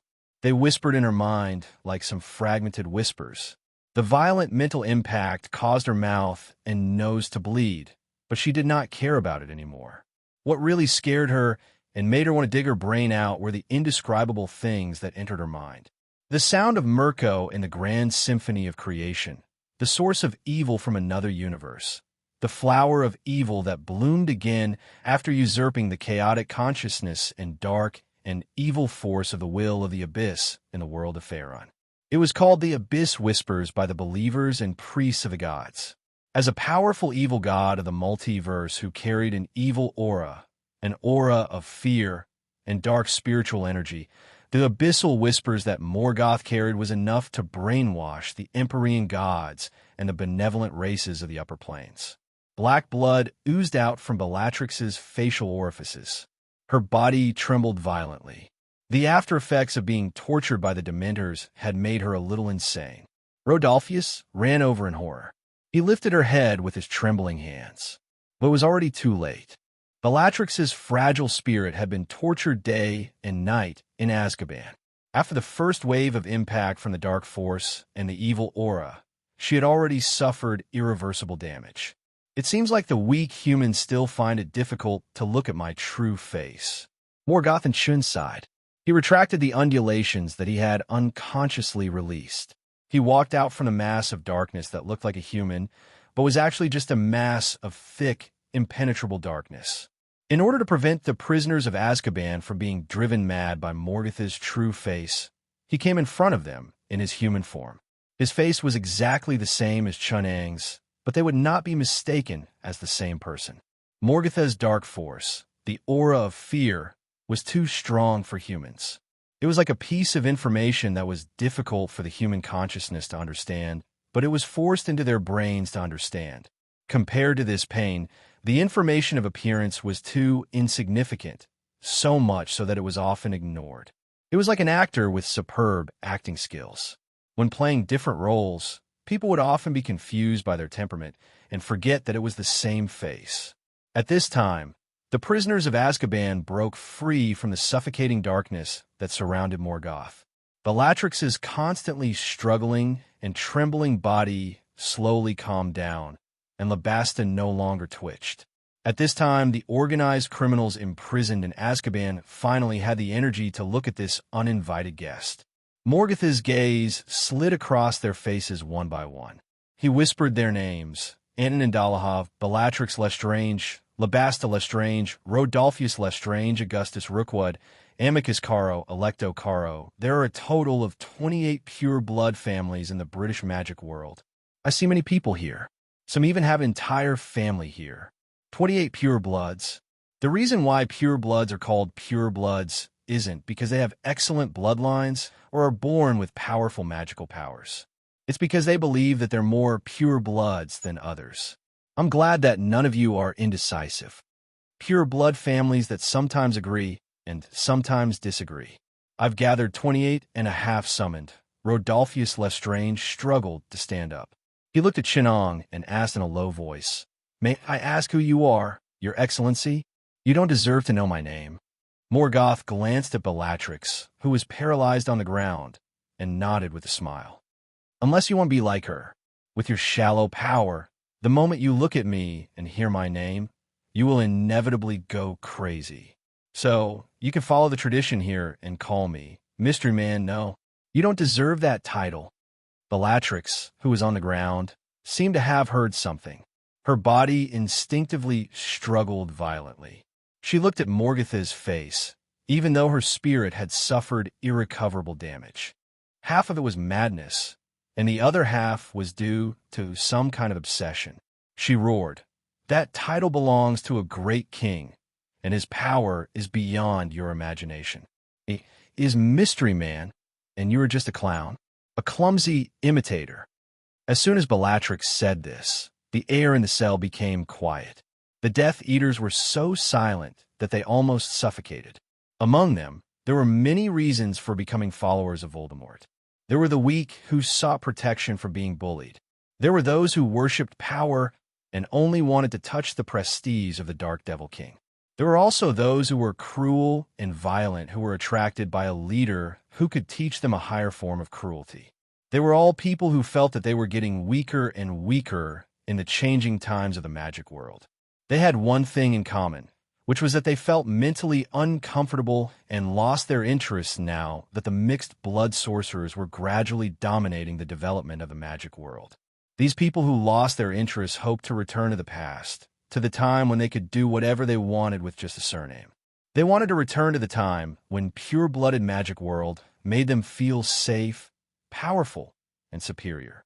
At this time, Voldemort became the leader they elected, and they believed that Voldemort could give them the results they wanted. But now that Voldemort had failed once, many people had woken up from their momentary fanaticism and realized that Voldemort might not be able to give them what they wanted. The reason why the Death Eaters still maintained a complete organization was because they had nowhere else to go. Unless Voldemort returned, they would all be locked up in Azkaban until they died. At this time, Voldemort became a symbol of hope. And this leader was really cold-blooded and cruel, so cruel that even some Death Eaters found it cruel. They were afraid of his punishment and did not dare to disobey him. Old Malfoy's betrayal did not only represent him, but a large number of Death Eaters had the same thoughts. So, other than a lunatic like Bellatrix, they would rather not speak. Him? Morgoth laughed softly. "You mean Tom Riddle?" Chapter 773. Hearing that name, all the Death Eaters at the scene subconsciously stood up straight, while Bellatrix, who was already delirious and crazy, screamed, "How dare you? How dare you call out that name?" "Why wouldn't I dare?" Morgoth's voice was calm. "Is it because Tom Riddle cast a spell on the name so that he could sense the person who said the name and appear in front of them with a phantom shift to bring them death? But he's already a dead dog now." Morgoth sighed and said, "The wizards are afraid of this name. Even after he died, they couldn't sense the location of the person who spoke the name through the magic spell. They agreed to call him the Mysterious Man and the person whose name cannot be spoken. In this regard, he did a good job. Voldemort is a person who knows how to use cruelty and fear to enslave people, just like how he enslaved you all. But fear can always be overshadowed by greater fear, just like power can always be subdued by greater power. Some people with true beliefs, I respect them, and I don't think I can control them, even if these beliefs are paranoid or distorted. For example, Dumbledore. But for those who submit to their own fear and the cruelty of others, I have confidence in controlling them. Because if they can submit to one dark devil, they can certainly submit to another. If they can kneel to a dark devil because of their strength and cruelty, then they can kneel at my feet, because I can always be stronger and crueler than others. Didn't you ask me who I am?" Morgoth smiled. Morgoth, divided into 3 steps, the tip of the tongue curls back, falls on the teeth, presses against the roof of the mouth, reverberates in the nasal cavity. "Morgoth!" His whisper rang in the ears of Bellatrix, who had already gone mad. Morgoth used Quenya to say the word that meant horror and darkness, then repeated it in the language of blasphemy, the language of the abyss and the common tongue, and finally in English. The true name was like a hyperlink. When it fell into Bellatrix's ears, it was like a key that opened the door to the bottomless abyss. She could not help but peep into the deep darkness and evil behind the name. A large amount of evil knowledge and dark power that she could not understand poured into her brain. The darkness from the owner of the name radiated like the abyss, polluting her soul. Bellatrix lost her voice completely. She looked at Morgoth's shadow standing in front of them, but through this shadow, she saw the bottomless, dark abyss behind it. A large amount of dark red, extravasated blood seeped out of her facial features. Her eyes became completely black, and her pupils and the whites of her eyes could not be seen. Her lips and nails turned black. Her mouth and nose were covered in blood, and the weak spots of her skin where the bloody light could be seen were all dark and purple. It was like the livor mortis under the skin after death. Bellatrix had begun to transform like an undead creature. The parts of her that were human were becoming less and less, and the parts that represented death and darkness had gradually begun to corrode her soul. Her husband, Rodolphius Lestrange, looked at all this in fear, but did not dare to approach her. He was afraid of the Dark Lord, so he turned a blind eye to the absurd behavior of his wife, who had been obsessed with Voldemort and even wanted to marry Voldemort. Deep in his heart, he was also afraid of Voldemort and even his wife, Bellatrix. He was very sure that if he betrayed Voldemort one day, Bellatrix would definitely skin him alive for Voldemort. In this fear, he called Voldemort our common leader and tried to convince himself that it was not fear, but that they all worshipped Voldemort fervently. But when facing Morgoth, he could no longer convince himself like this. Death Eaters had no loyalty. If there was anything, it could only be loyalty to benefits and power, because all of Voldemort's authority was built on his cruelty, madness, and strength. Once there was an existence that was more powerful and ruthless than Voldemort, their loyalty would be thinner than paper, weaker than even their chastity, and their knees would turn to jelly like noodles. So these loyal followers of Voldemort and cruel and ruthless Death Eaters who were locked up in Azkaban just quietly watched Morgoth torture Bellatrix. This most loyal follower of Voldemort acted as if they were a group of harmless Hogwarts first-year students. What have you been waiting for? You seem to be waiting for his return loyally. But I know that you are not waiting for him, but a hope that will allow you to turn over a new leaf. Because if there is no hope, you will be here, under the watch of the Soul Catcher, tortured to death. Morgoth sneered. You are like drowning people, tightly holding on to the last straw, and the name of this straw is Voldemort. You boast of your loyalty? No, I only see a group of red-eyed gamblers, fighting with everything they have. Morgoth raised his right hand, in which he held a small black leather book. As the person closest to Voldemort, you should know his soul vessel. The golden goblet for Hufflepuff, given to you by Voldemort, his most trusted Death Eater. Morgoth lowered his head and said to Bellatrix, Ravenclaw's crown, in the room of Hogwarts' absolute response. Slytherin's locket, Voldemort kept it in a cave by the sea he discovered when he was young, but it has been stolen and is now hidden in the Black family's old house. Marvolo, Gaunt's ring, embedded with a resurrection stone, hidden in the Gaunt family's old house. Nagini the Great Snake, still by Voldemort's side. Of course, and Harry Potter, the Savior's classmate, now studying at Hogwarts. Every time Morgoth mentioned the whereabouts of a soul vessel, the surrounding Death Eaters grew more fearful, and Bellatrix struggled even more violently, especially when Morgoth mentioned the Hufflepuff golden goblet that she had hidden. In the end, when Morgoth said the name of Harry Potter, most of the Death Eaters were at a loss, but a small portion of the truly intelligent ones were aghast. They didn't think that even Voldemort himself didn't know about this soul armament. Instead, they took it for granted that this was something Voldemort had set up before his death. It was to hide the last soul armament in the most unlikely place, and he didn't tell anyone about it. Morgoth held the black leather book in his hand and continued. There's also Tom Riddle's diary when he was young.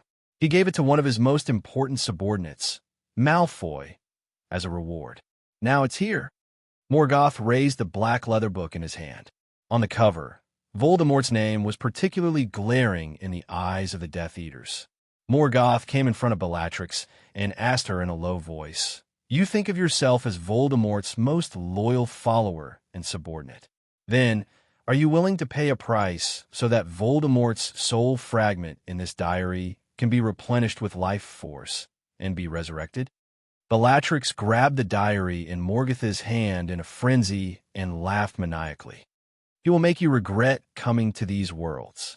With that, she bit open the artery on her wrist with her teeth, and sprayed fresh blood on the diary. She raised her head and laughed maniacally. "Come back. My master, come back.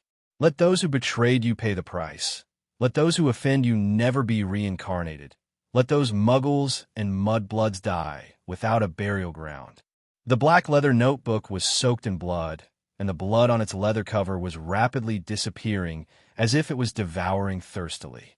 The originally dry leather seemed to be full of blood and began to become moist and fresh. The black leather seemed to be alive, its texture becoming warm and full of moisture, like the skin of some creature. It began to open automatically, and the blank pages greedily sucked Bellatrix's blood. A line of words written in blood began to appear on it. Gradually, the words written in blood became impatient when no one responded for a long time. A wave of black magic that everyone present was very familiar with came from it, and it seemed to be invading Bellatrix's brain. Bellatrix did not resist at all, and just like that, she exposed the life force and soul of the words to Voldemort's soul fragment. However, the surrounding Death Eaters were already showing expressions of sympathy, as if there was some resonance between them. There was no doubt that Voldemort's soul fragment knew who was providing it with life force. Even if it did not know at the beginning, it should have been clear when it had begun to use black magic to recover its strength. But Voldemort was just so cold-blooded, greedily sucking the life force of his most loyal subordinate without the slightest hesitation.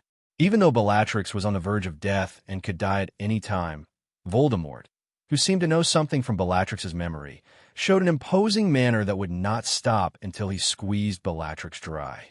He also wanted to squeeze out Bellatrix's soul and memory, but Bellatrix, who had seen Morgoth's true face and knew his real name, had a large part of her soul contaminated.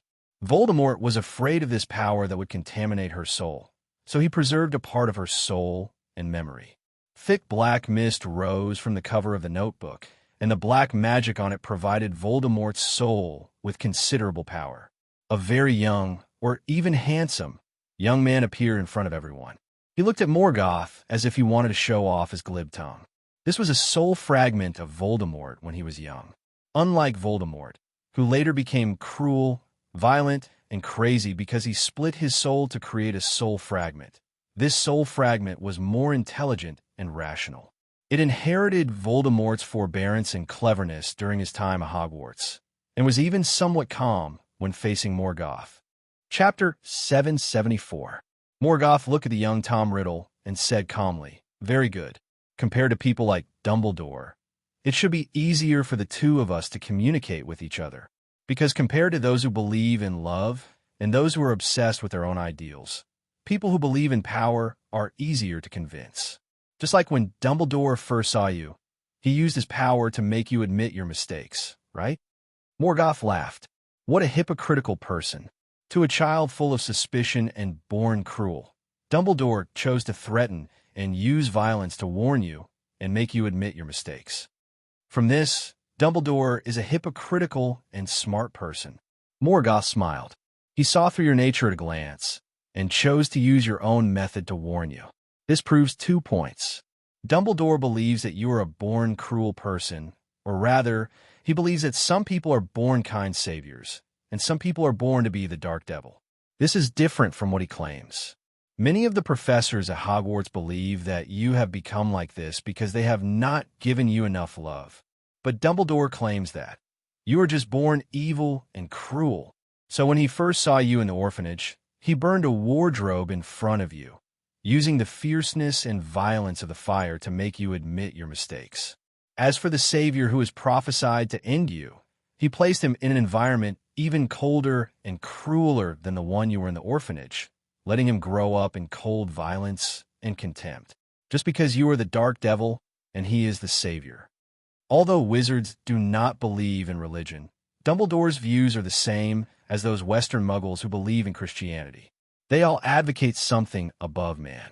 For Muggles, that is God, but for Dumbledore, I do not know what it is. It may be fate, or it may be some kind of philosophy. They believe that everything operates under a certain philosophy that God, or Dumbledore, believes in. Good and evil are inborn, prophecies are predetermined, and human nature has been determined before he was born.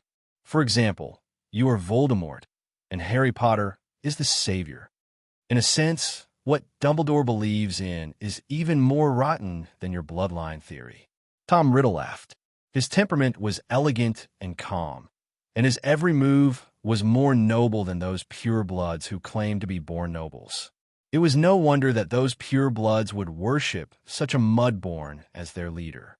Of course, the real reason was Voldemort's power, but it was also related to his bewitching temperament. Tom Riddle was easy to like when he was patient and in disguise. This was completely different from the madness and irritation, as well as the ferociousness and cruelty that he revealed after he split his 7 soul fragments. Both Chenong and Morgoth believed that no one was born evil, but it was difficult for them to not be evil when they placed their soul fragments on items that had been enchanted with the Black Devil King and exposed their souls to the darkness, agitation, and distortion of black magic for a long time. Furthermore, what was the difference between letting the soul leave the protection of the body and coming into contact with chaotic and distorted magic power and the candy that eaters always gave out? Voldemort had endured until now to show signs of madness, which was a testament to the strength of his will and the determination of his heart. Morgoth admired this kind of madman who pursued eternal life. In the words of a martial cultivator, this was also a certain degree of firmness in the heart of the Tao. Tom Riddle said in a low voice, "I'm glad that someone saw through Dumbledore's hypocritical face like me. Dumbledore believes that there is absolute good and evil in this world, but I don't think there is absolute good and evil in this world. The difference is only between the strong and the weak who can't tell the truth.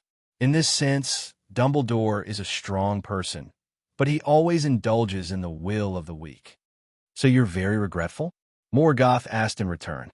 He shook his head and said, "No, Dumbledore is just insisting on his own will. Many people think that he stands on the side of the weak, but in fact, he is like us, standing on his own side. Carrying out his own will not be moved by others. Do you think that Dumbledore is succumbing to the will of those people?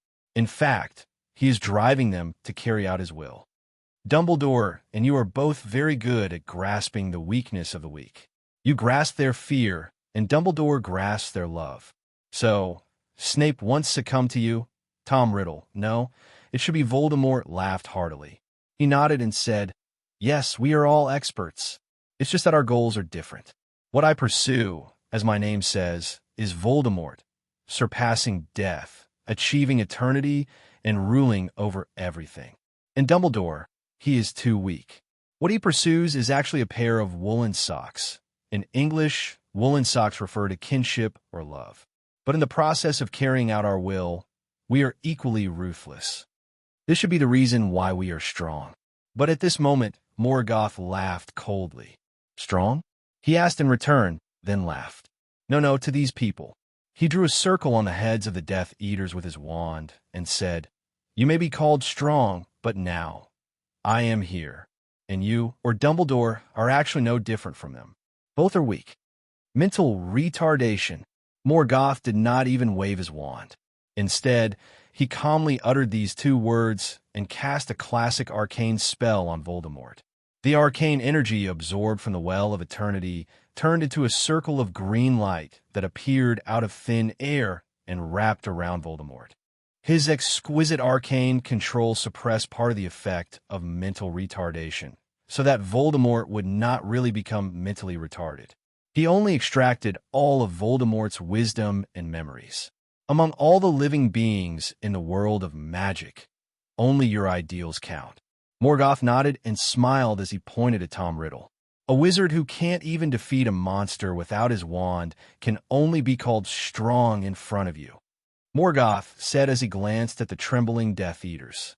"I didn't ask you to come out to discuss your weak and laughable beliefs with you, but to make my authority deeper and more firmly rooted in their hearts. I want these ants to experience deep fear whenever they think of me in their insignificant and short lives." Morgoth's whispers echoed in everyone's ears. "Now, you still don't know who you're facing, but you'll know soon enough." Morgoth raised his wand and whispered to Voldemort, who had a look of disbelief and hatred. Malicious transformation. In the invisible force field of arcane control, Tom Riddle's body suddenly twisted. His face contorted in fear, but he could not struggle at all as he turned into a big black dog. "I hope Sirius will like you now," Morgoth said coldly to the black dog that Voldemort had turned into. He glanced at Gru behind him. Gru, who had turned into Bwajin, trembled and took out a bottle of powerful aphrodisiac in fear. Voldemort, who had turned into a big black dog, struggled violently, but Gru, who was afraid of Morgoth, pressed him down ferociously and poured the aphrodisiac into Voldemort's mouth. "Send it to Sirius," Morgoth said indifferently. "I'm giving Sirius a chance to take revenge with his own hands. I hope he doesn't hate me. Not everyone has the chance to be the Dark Devil's man." The last person who did this was Albus Dumbledore. Voldemort, who had turned into a big black dog, widened his eyes. His eyes were bloodshot as he stared at Morgoth with extreme hatred. Morgoth lowered his head and said to him, "Hate me. Your hatred will give you strength. As long as a part of your soul remains in the soul vessel, you will not be able to resist me. Pain and hatred will make you realize that you're still a weakling. Work hard to become stronger. At least get the Black Scripture of the Dead and retrieve your lost soul fragments. Otherwise, you'll have to taste the humiliation of being manipulated by others again. You should be thankful that Sirius is imprisoned here. Otherwise, a real dog would make you the laughingstock of the entire world of magic." "Look," Chenong pointed at the Death Eaters. They looked at Chenong with incomparable fear in their eyes. To the sensitive Voldemort, there was no longer the respect and fear in their eyes. Instead, there was a hint of strangeness. Morgoth laughed softly. "Look at them. Who would still fear you? Who would still be willing to be loyal to you from the bottom of their hearts? This is what I want. They will submit to power, submit to me." Morgoth turned his head and berated, "Kneel." A Death Eater with disheveled hair and a dirty face was the first to kneel hesitantly, followed by the second. Gradually, the speed at which they knelt became faster and faster. There were fewer and fewer people standing. After a while, there was not a single Death Eater left standing in front of Voldemort. They knelt in the cell. Morgoth waved his wand in his hand, and the Dark Devil mark on the Death Eater's left wrist suddenly appeared. The Death Eaters felt a sharp pain, as if their flesh was being gouged out. All of their Dark Devil marks disappeared, and in exchange, their right hands felt as if they were being scorched by hot iron. An active fire dragon mark slowly entrenched itself on their right arms, swimming towards their hearts. "Hate me?" Morgoth smiled. "Your eyes are very powerful now. This is what I want." Morgoth turned to the former Death Eaters and said, "You're loyal to the Dark Devil King, not Voldemort. That's good. I don't have to go on a killing spree. Although you can work for me whether you're alive or dead, I still hope that I can have some living people under me. Wizards, not house pets or undead creatures." He turned around and returned Gru to its original form. "If anyone disobeys my order, I won't give him a second chance. I'll turn him or her into a house elf, just like Bwajin Bok." Hearing him say Gru's name, a low gasp came from the former Death Eaters. Morgoth coldly extended his wand and turned the former Death Eater who made the sound into an equally ugly house pet.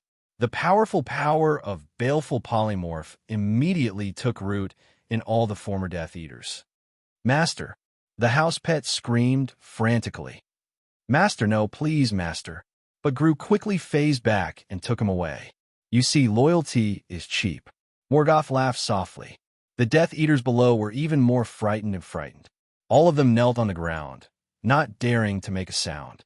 "Now, the Dark Devil you are loyal to is me, Morgoth. As the new Dark Devil King, I order you to contact your companions who are not in Azkaban, inform them of this change, and bring them here.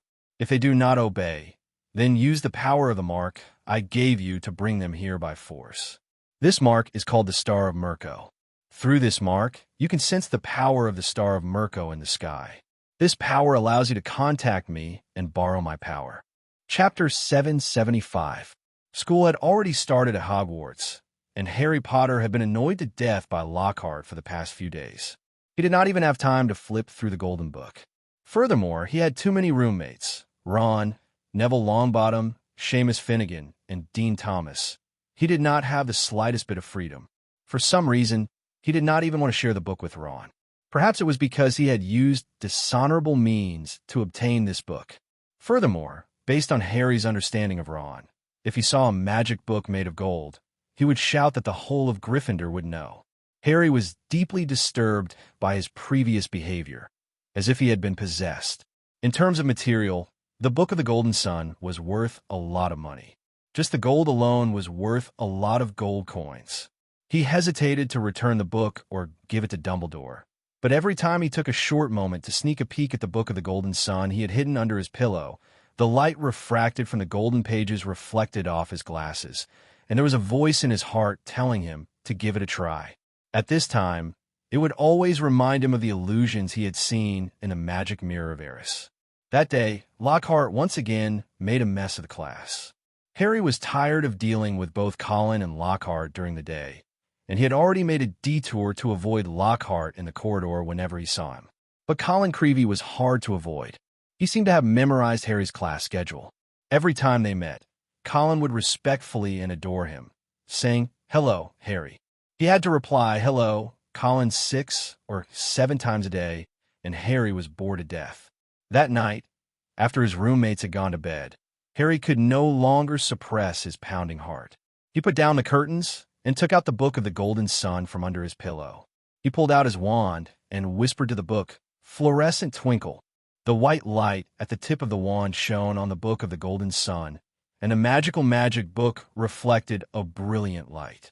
This light flowed along the pages, and although it was not dazzling, it had a kind of splendor. The golden light revealed a kind of sacred, eternal charm. Between the floating golden Egyptian hieroglyphs, a poem of the gods was narrated. The page of the golden book that Harry flipped through was engraved with a hymn to the sun god. "Praise thee, Allah, thy amazing ascent. You rise, shine, and cause the heavens to roll to one side. You are the king of the gods, the master of all things. We come from you. We are made holy by you.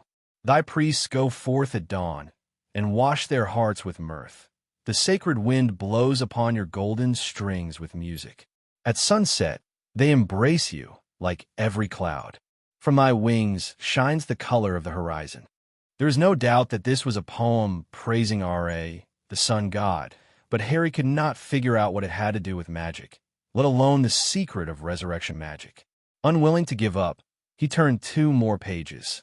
This Rise of the Dead, Praise the Sun, actually had 3 pages in the book. He racked his brains, but could not find any clue from it.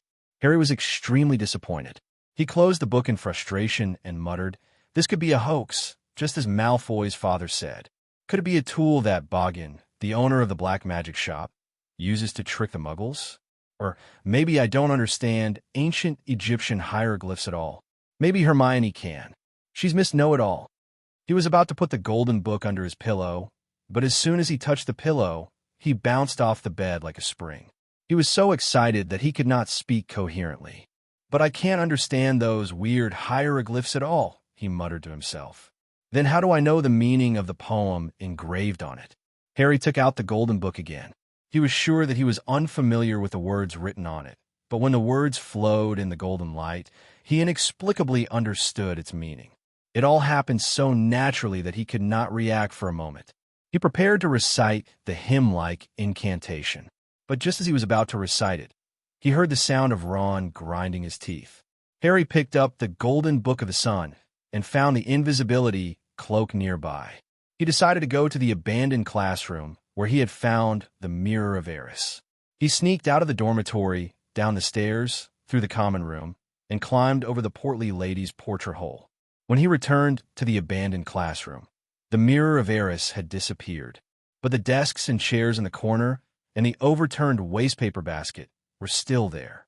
The moonlight shone into the abandoned classroom, allowing Harry to see everything clearly even without the light.